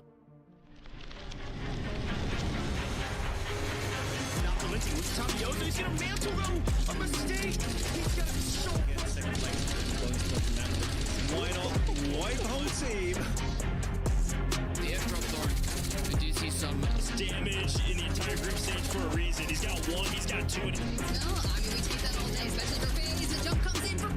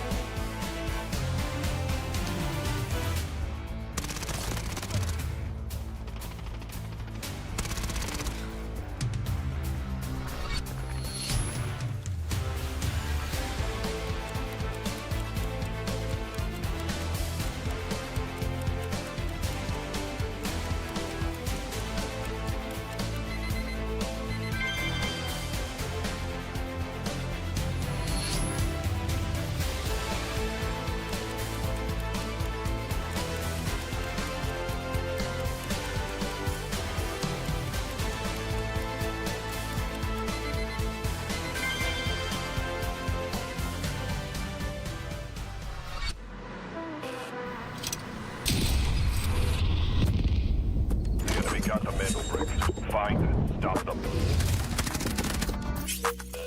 Brick's decoded. Nice work, operator. The time to strike is now.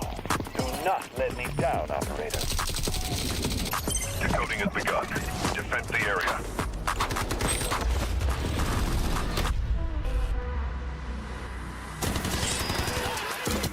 Is about to take the first hit to brick up the tournament. And they're going to do it. What goes around comes around. Not gonna do very much though. You get barrel stuff. Skydie is getting aggressive. See what I did there? You ain't seen nothing yet. Let's knock them off their feet. There we go. Much damage, and there it is.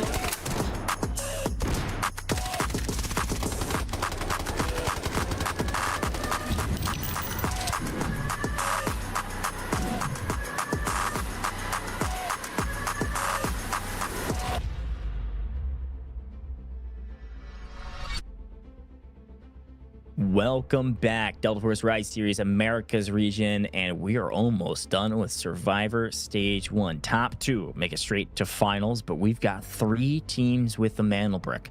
Will it come down to a tiebreaker, or will it come down to who just captures this next brick? Maybe 4 teams could have the brick as we move into potentially our last map. Tiff, talk me through this leaderboard. Nightmare in the best position.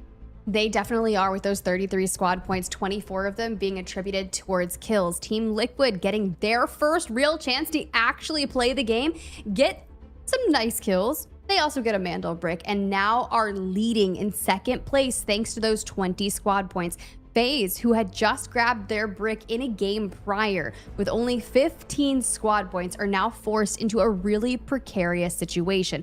If someone ends it here in our next round with a double brick, if we do not focus on getting as many kills and as much loot as possible, we could be seeing Survivor Match Day 2 instead of the finals. 100%. We move into the last map that has operator restrictions as well. That'll dictate a lot, and you can see here those operator restrictions on main. Nightmare and WK Forever will be the only 2 teams with a Tempest, a big boon going into round 6.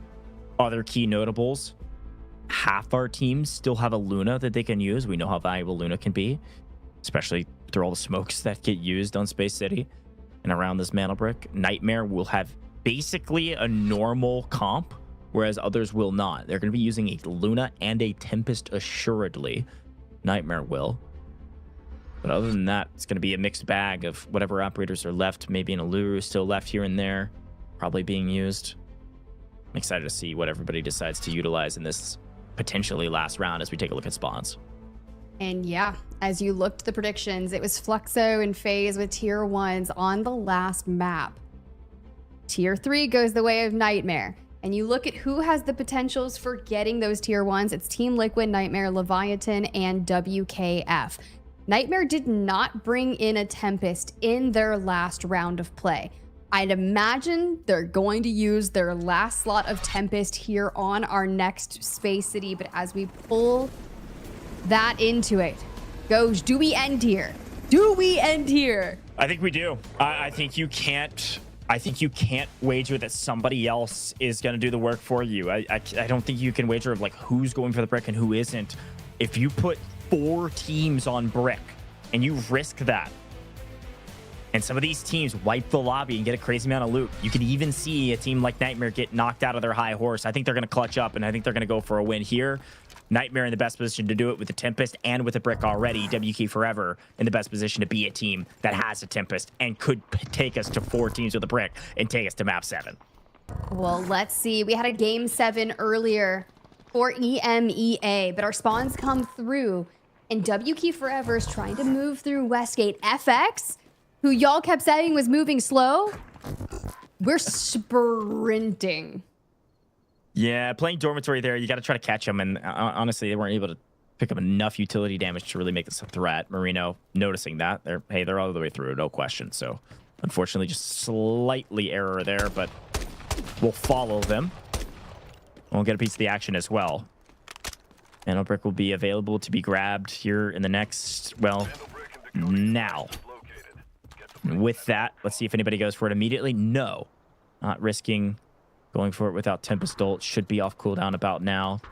quick look at gear. It looks like Leviathan still have gold to use, which is nice. You see somebody missing gear on this screen, it's because their teammates are going to be dropping it for them, most likely. So don't be scared if Mendo's rolling in without a vest. I'm scared. Mendo, please. Wear the vest. Well, purple's here for W key forever.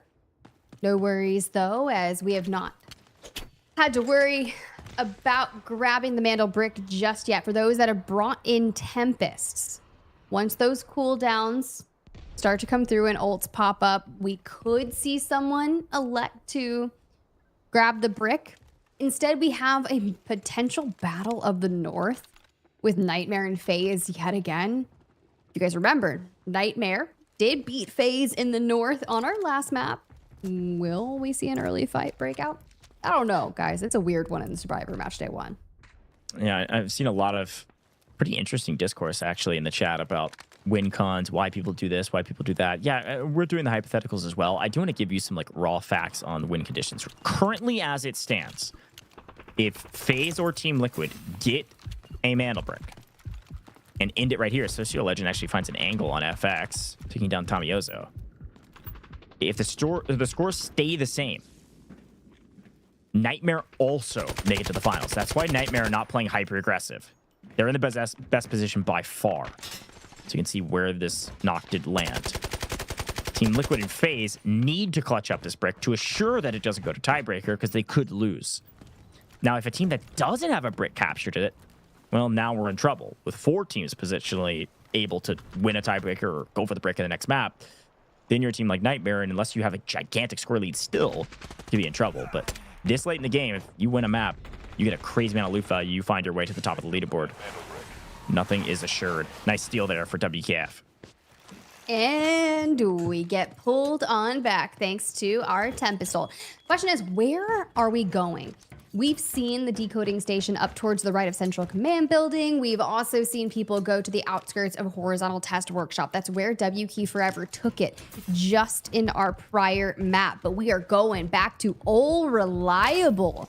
Yeah, Old Faithful. I mean, they had control of Centrifuge for the most part. Now, we do see that Team Liquid is below them. So there'll be a fight in the stairs here in a second. But they came from Centrifuge area, and so they returned to it. This is pretty classic. This is probably, I don't know, let's put it at 60% of the games we play on Space City. This is the decoding station, maybe a bit higher than that. Yeah, I would put it a bit higher. Not too much, but maybe 70, 72%. Okay. That's a fun number. Yeah, I mean, this is usually where you're able to go for brick quite easily, and just Centrifuge, once you gain control of it, it's just super easy because you can just ult right back to it. But a lot of voice lines happening right now as we take a look at the map. And W Key Forever in the best position, now holding the brick. Team Liquid will creep up these stairs here shortly. FX playing the low side on Buoyancy. And Leviathan are going to come get control probably of mid-map in a second and work their way over their shipping containers to be able to play for this. Like I said before, Nightmare is not worried about this because they know 2 other teams could get the brick, win, and they still get second. However, if WK Forever get this brick, it's a little bit different story. I just don't feel comfy leaving it to that chance because we saw how big of a game Team Liquid had in our prior match, but hey, you never know. We'll seize the brick accordingly, and FX looking to get aggro does not have a Tempest. You see Marino get caught out and Finned right there. So WK Forever now stacking the numbers back into their favor. Yeah, I'm not sure. I think Marino made a small mistake there going for some healing while walking out in the open, but gets cut down and punished for it. He did get the steal, which is nice. Leviathan, D-Wolf, Exoskeleton popped. He is running as fast as he can to get over here while Team Liquid takes a ton of utility down below. So they're not going to push up these stairs yet. Leviathan get the steal and they back way off. This is pretty classic. Usually you do this at a Tempest. It's kind of funny just to see somebody hoof it, but it works out. Interesting. I do love to see that. We've got the Alluru for the defense as well. So as you see them set up. Kind of interesting play. I think Leviathan's worried actually about getting shot in the back and giving up this kind of eastern side. They're not in control. I mean, they're control of the decoding station technically, but they're not really doing anything to cover it right now. They're kind of relying on the chaos to stall this timer. Here comes WK Forever. Again, the only other team with a Tempest aside from Nightmare. We did see it change hands quite a bit on our prior map, and it's starting to do so already. 2 minutes, 30 seconds on the clock. And we are back in it, baby. WK Forever could really shake some things up with just at the squad points. They have 18 of them. FaZe at 16 and Team Liquid at 21 as it currently runs. I will say that Nightmare has rotated out of the north and FaZe has dropped down a bit to the east. Yeah, take a look at your mini-map. You see, we saw very briefly that gray 2. They're actually going to work their way up a ramp here in just a second. So watch out for Nightmare. Again, with a Tempest, makes sense that they're showing up a little bit late in this one. Going to be going for some steals as well. This fight has been going on for a while. WK Forever started it. Team Liquid been playing low side since the beginning of the game. The stairs battle is one that will take a lifetime to resolve unless somebody just goes for broke or makes the first mistake. Very interesting. Plus, you don't, even if that ult comes off cooldown, you don't really want to use it on the stairway. That is for solely the Mandel brick at that point in time. And a minute 20 on the clock for WK Forever, biding their time. That decode will go to 2 minutes once it changes hands, if it changes hands. Team Liquid in full gold, basically. When we saw as we quick swapped over, so an expensive gear drop for teammates. 60 seconds. Recam shows us that Leviatan's getting back into the action again. Throwing some triple blasters over the top denotes that nobody's actually playing ramp. And I think they're trying to land it in the doorway of Centrifuge to make sure they don't get shot. Bunch of utility's going to land nearly square on his forehead, but maybe not as direct as they would have liked. Gets out of there. Exoskeleton going crazy, and Widow's covering fire actually connects for a full kill. That is so unfortunate there for WK Forever. Nightmare looks to find some information via the Tempest ult, yeets back with equal, and slowly starts to creep on up. FaZe, who have worked their way around, are likely gonna rotate in behind. Now, mind you, they need kills. They need squad points. 100%. I like that play from Equal. Burns the Tempest ult pretty early to get that intel, knowing they can now take ramp. He also should get this. Oh, it's actually going to be pretty close, but he should get it back right in the nick of time based on timer. But he actually clears, looks through, and goes, okay. Everybody else is waiting on their cooldown. I'm just going to walk up and take it. I don't need to wait on cooldown when WK Forever is down a player. So Nightmare now in control. Nightmare on win condition. Nightmare now on minimum timer as well. Mail brick, 90 seconds. Not going to get any lower than that. Every steal goes to 90 seconds. And if I'm FaZe, I got to get a move. You cannot rely on somebody else to do the dirty work when you're technically in third place. And that would be one of the biggest heartbreaks. Now, mind you, if you lose out here today and you're not inside the top 2, you are relegated to Survivor Match Day 2 tomorrow. You still have another chance. But would you question the fact that you are so close to locking in your top 2 right now? Yeah, if you have a mana brick, you got to play for the brick. Simple mathematics, folks. Technically could see second exchange hands after a brick is taken for whoever gets first. The map is still important to be played. Equal plays. Warning shots for Leviathan. Yeah, don't peek again. You don't have a lot of Tempest on this map, so they know they don't have to technically just sit on the decoding station to prevent those steals. 25 seconds and counting. A lot of util landing. Equal plays desperately putting out these flames so that I can hear myself think. There it is. Here comes Team Liquid from down below. They come charging the stairs. WK Forever is back as a full team of 3 as well. So a big fight inside Centrifuge. We're on the outside. Leviathan gonna have to get aggressive. So out in the open we go. Equal plays goes down. I think popped ult. Lucas on the point. Takes a ton of util. 2 seconds on the clock. Can anybody get it? Nightmare. Wait. It's stolen. Leviathan, in the nick of time, have uncovered themselves a Mandel brick decode.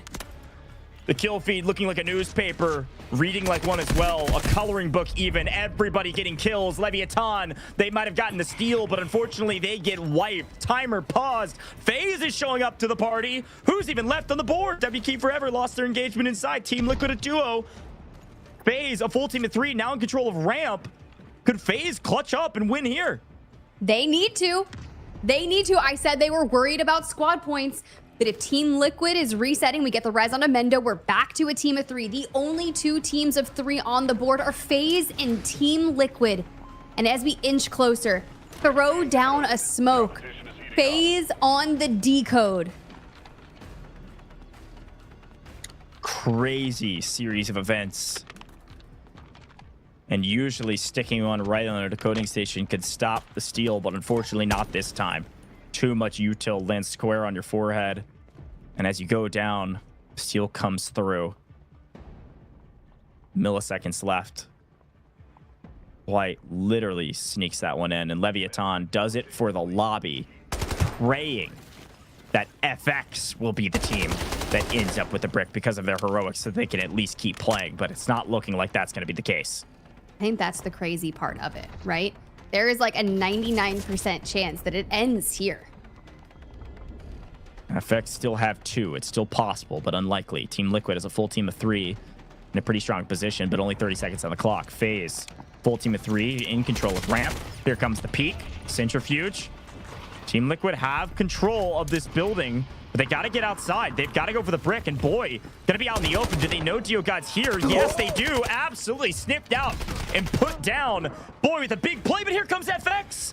Are they playing spoiler? Are they ruining their own lobby by wiping Team Liquid? Team Liquid not able to go for the steal. FaZe gonna get this brick. It's because of FX. They're trying to make a big play, but they might be hurting themselves. Down goes Team Liquid 2. Hotsick. Last alive. Mendo's gonna jump in. He goes in, but no, it's too late. The Allure rocket from FaZe. FaZe clutch up when they need it most. FX ruined the lobby and FaZe reaped the rewards. 2 bricks to their name. FaZe going to the finals.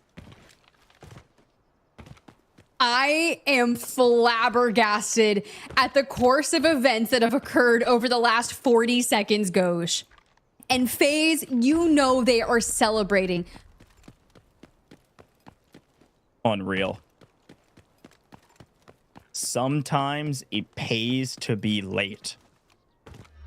They roll in last. Take a look back on this replay. Mendo, look how close he was. Triple blasters come flying through. I mean, he needed, what, 0.6 seconds, I think it said, left to go for that steal. Could not quite get there. FaZe are able to clutch up. And the Allure rocket is actually what that was towards the end there. Comes in, splits, and takes him down. Wow, what a moment for FaZe. That actually hurts seeing the replay, run it back, and Mendo just being stuck there with time ticking and not able to withstand. And the coordinated pushes that happen after with FX trying to be that 2% difference that gives us the next Game 7 series of our day. But what a joy. Here comes Deathwing, though. Oh, hey, guys. Oh, hey, friends. Yeah. Bye. He goes down. That's actually... he doesn't know that it doesn't matter. Could have actually been a pretty bad death there. If Team Liquid was still somehow on the map, there was technically still a tiebreaker between Nightmare and Team Liquid, but we all know, audience, casters, and now players, as they watch it back on their delay and hear our voices, they have made it. Let's listen in. Campeão saiu. Não é só jogão. Tá vindo lá, ó, os elitanos. Vamos, pô! Vamos, let's go! Bye, bye! Bye, bye, guys! Vamos! Well done, FaZe. They're going to give us a salute as they wrap this lobby and get out via the Champions Extract. And the celebrations, all knowing that with that ticket to finals comes a minimum of $10,000 that you can play for and a $60K first place prize on that Sunday finals. And you don't have to run the gauntlet of Survivor Batch Day 2. Man, how rich, how sweet is it that we've been saying all day today, take the game into your own hands, do it yourself. And FX, they go to do it themselves And the timing of them trying to take the brick at the exact same time as Team Liquid in the final couple seconds means that neither of them are able to get the brick, and it gives FaZe the win. And not only does it give the FaZe the win, but it ensures that both of those two teams lose. The irony. That's the way this format plays. Team Liquid may have a brick, but they did not get top 2, and they're going to have to play again tomorrow. That is really tough. Couple of games that we couldn't kind of get their footing. They finally get the brick. They find a ton of kills. You think for a moment that Team Liquid's going to walk away with it. But FaZe show up at the very last moment to clinch their ticket to finals. Wow. Fun one to watch. And it looks like one member of FaZe, Mr. Geogod, he got a little angsty. He wanted to get out of here. The other two, though, a little bit of BM, showing some love to the org by putting the bullets in the wall, giving us the big F for FaZe, putting some sprays up. But they'll take their champion's extraction and get out of Dodge as they have won the map. And the fires denote the champions. FaZe, congratulations. A big win. Take the game into your own hands. Pick up 2 bricks and walk your way to Championship Sunday. Big celebration there, and even representation of where they've come from, what regions they represent. The Americas region represents a ton of different countries, and players from all over this region worked their way to this stage, but FaZe made their way to finals. Look, I think that's why Mr. Diogod took the early extract, because he wasn't wearing the scarf or the sunglasses. Now he is. He literally probably ran off, got those, and was like, let's celebrate, baby. Let's celebrate FaZe.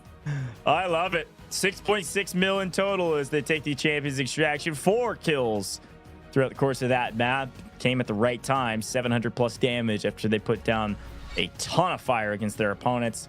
And they're finding their way to be the best team as they pick up their second brick. Team Liquid actually had a pretty good game going. They wiped WK Forever and Centrifuge. They're in position to go for the brick. But FX peek out and they fight at the exact same time. When they both needed to go for the steal, they stop each other. Wild stuff there. Hodsick put up 3.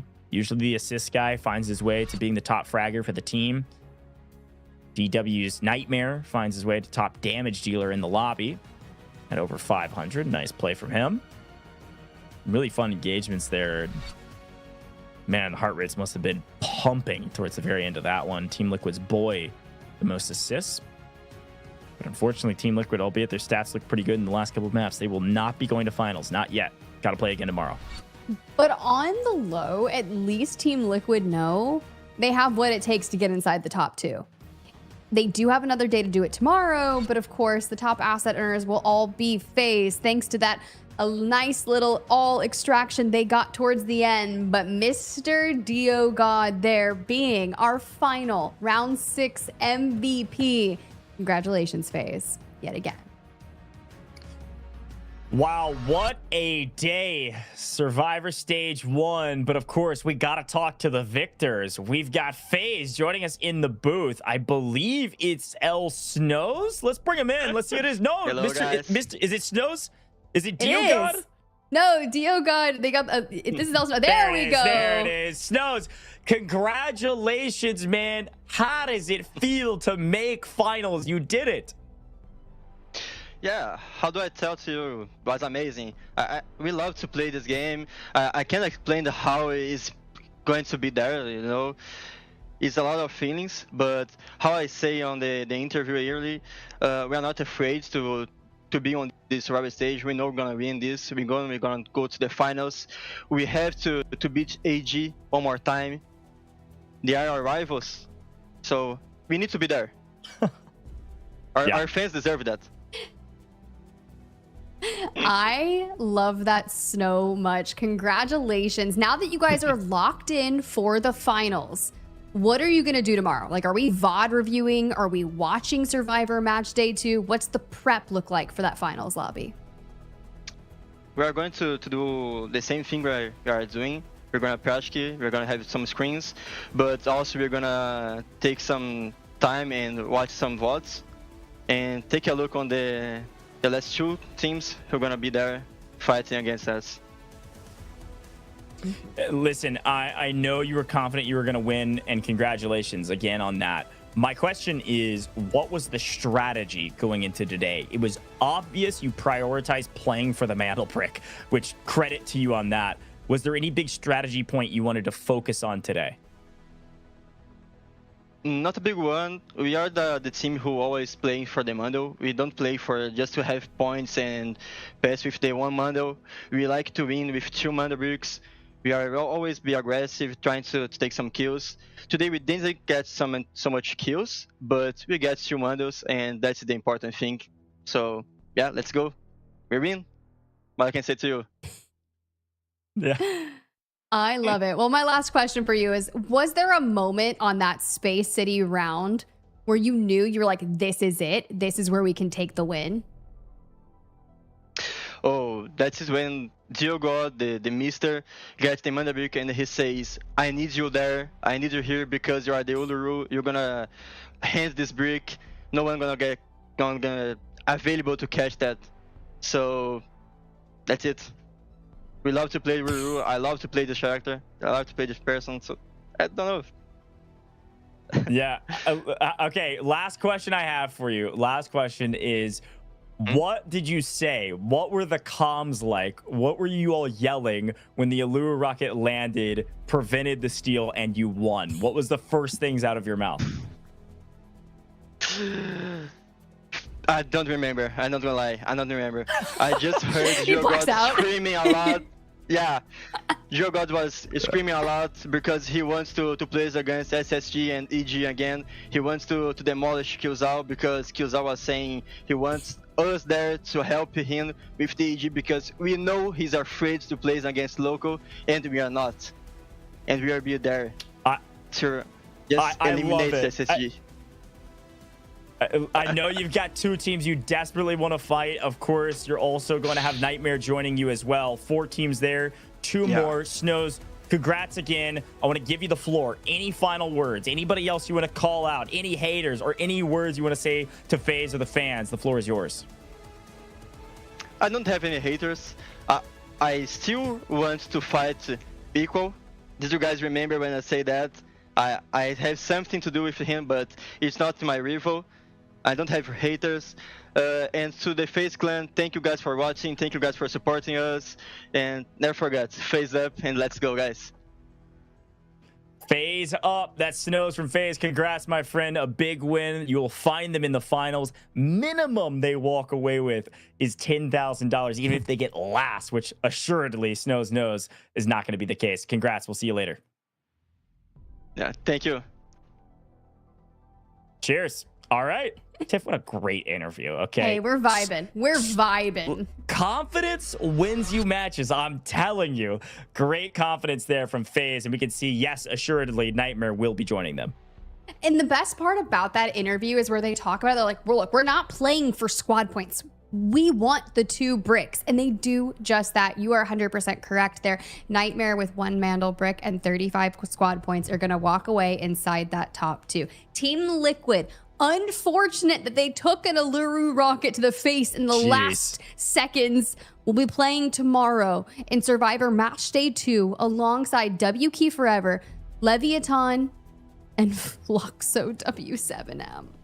Yeah, that's exactly right. Team Liquid, WK Forever, Leviathan, FX all had a chance today, but unfortunately didn't make the cut. So yes, Team Nadeshot and MW will be joining these bottom 4 teams in our final lobby, the final chance to make it to finals. But before we wrap up today, we gotta bring up another quick interview because, well, let's actually...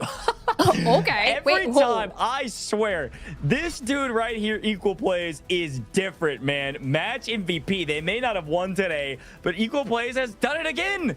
He gets away with murder. He takes away everything. Every stat line, MVP.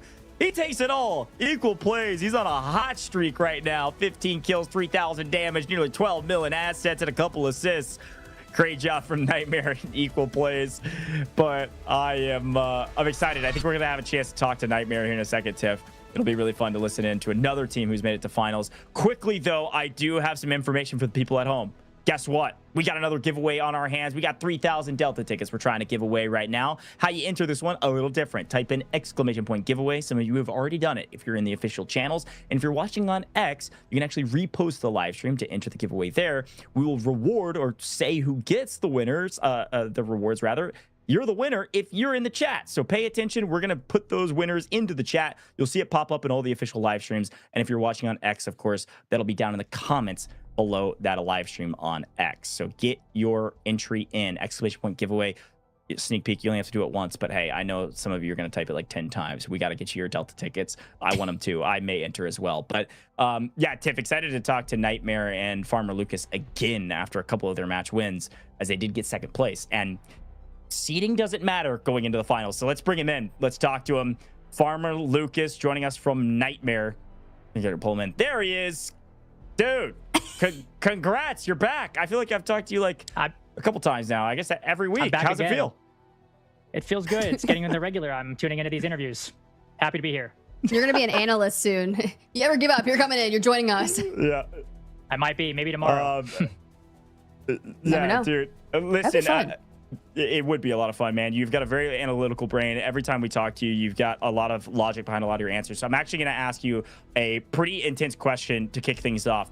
Take me all the way back to map 4, going into Space City. This isn't something we always see, but you all decided to invest some golds. You invest a Tempest as well. Game plan there, was it try to shut the door on some of the teams that were at the bottom of the leaderboard that were big threats? What was the decision-making process?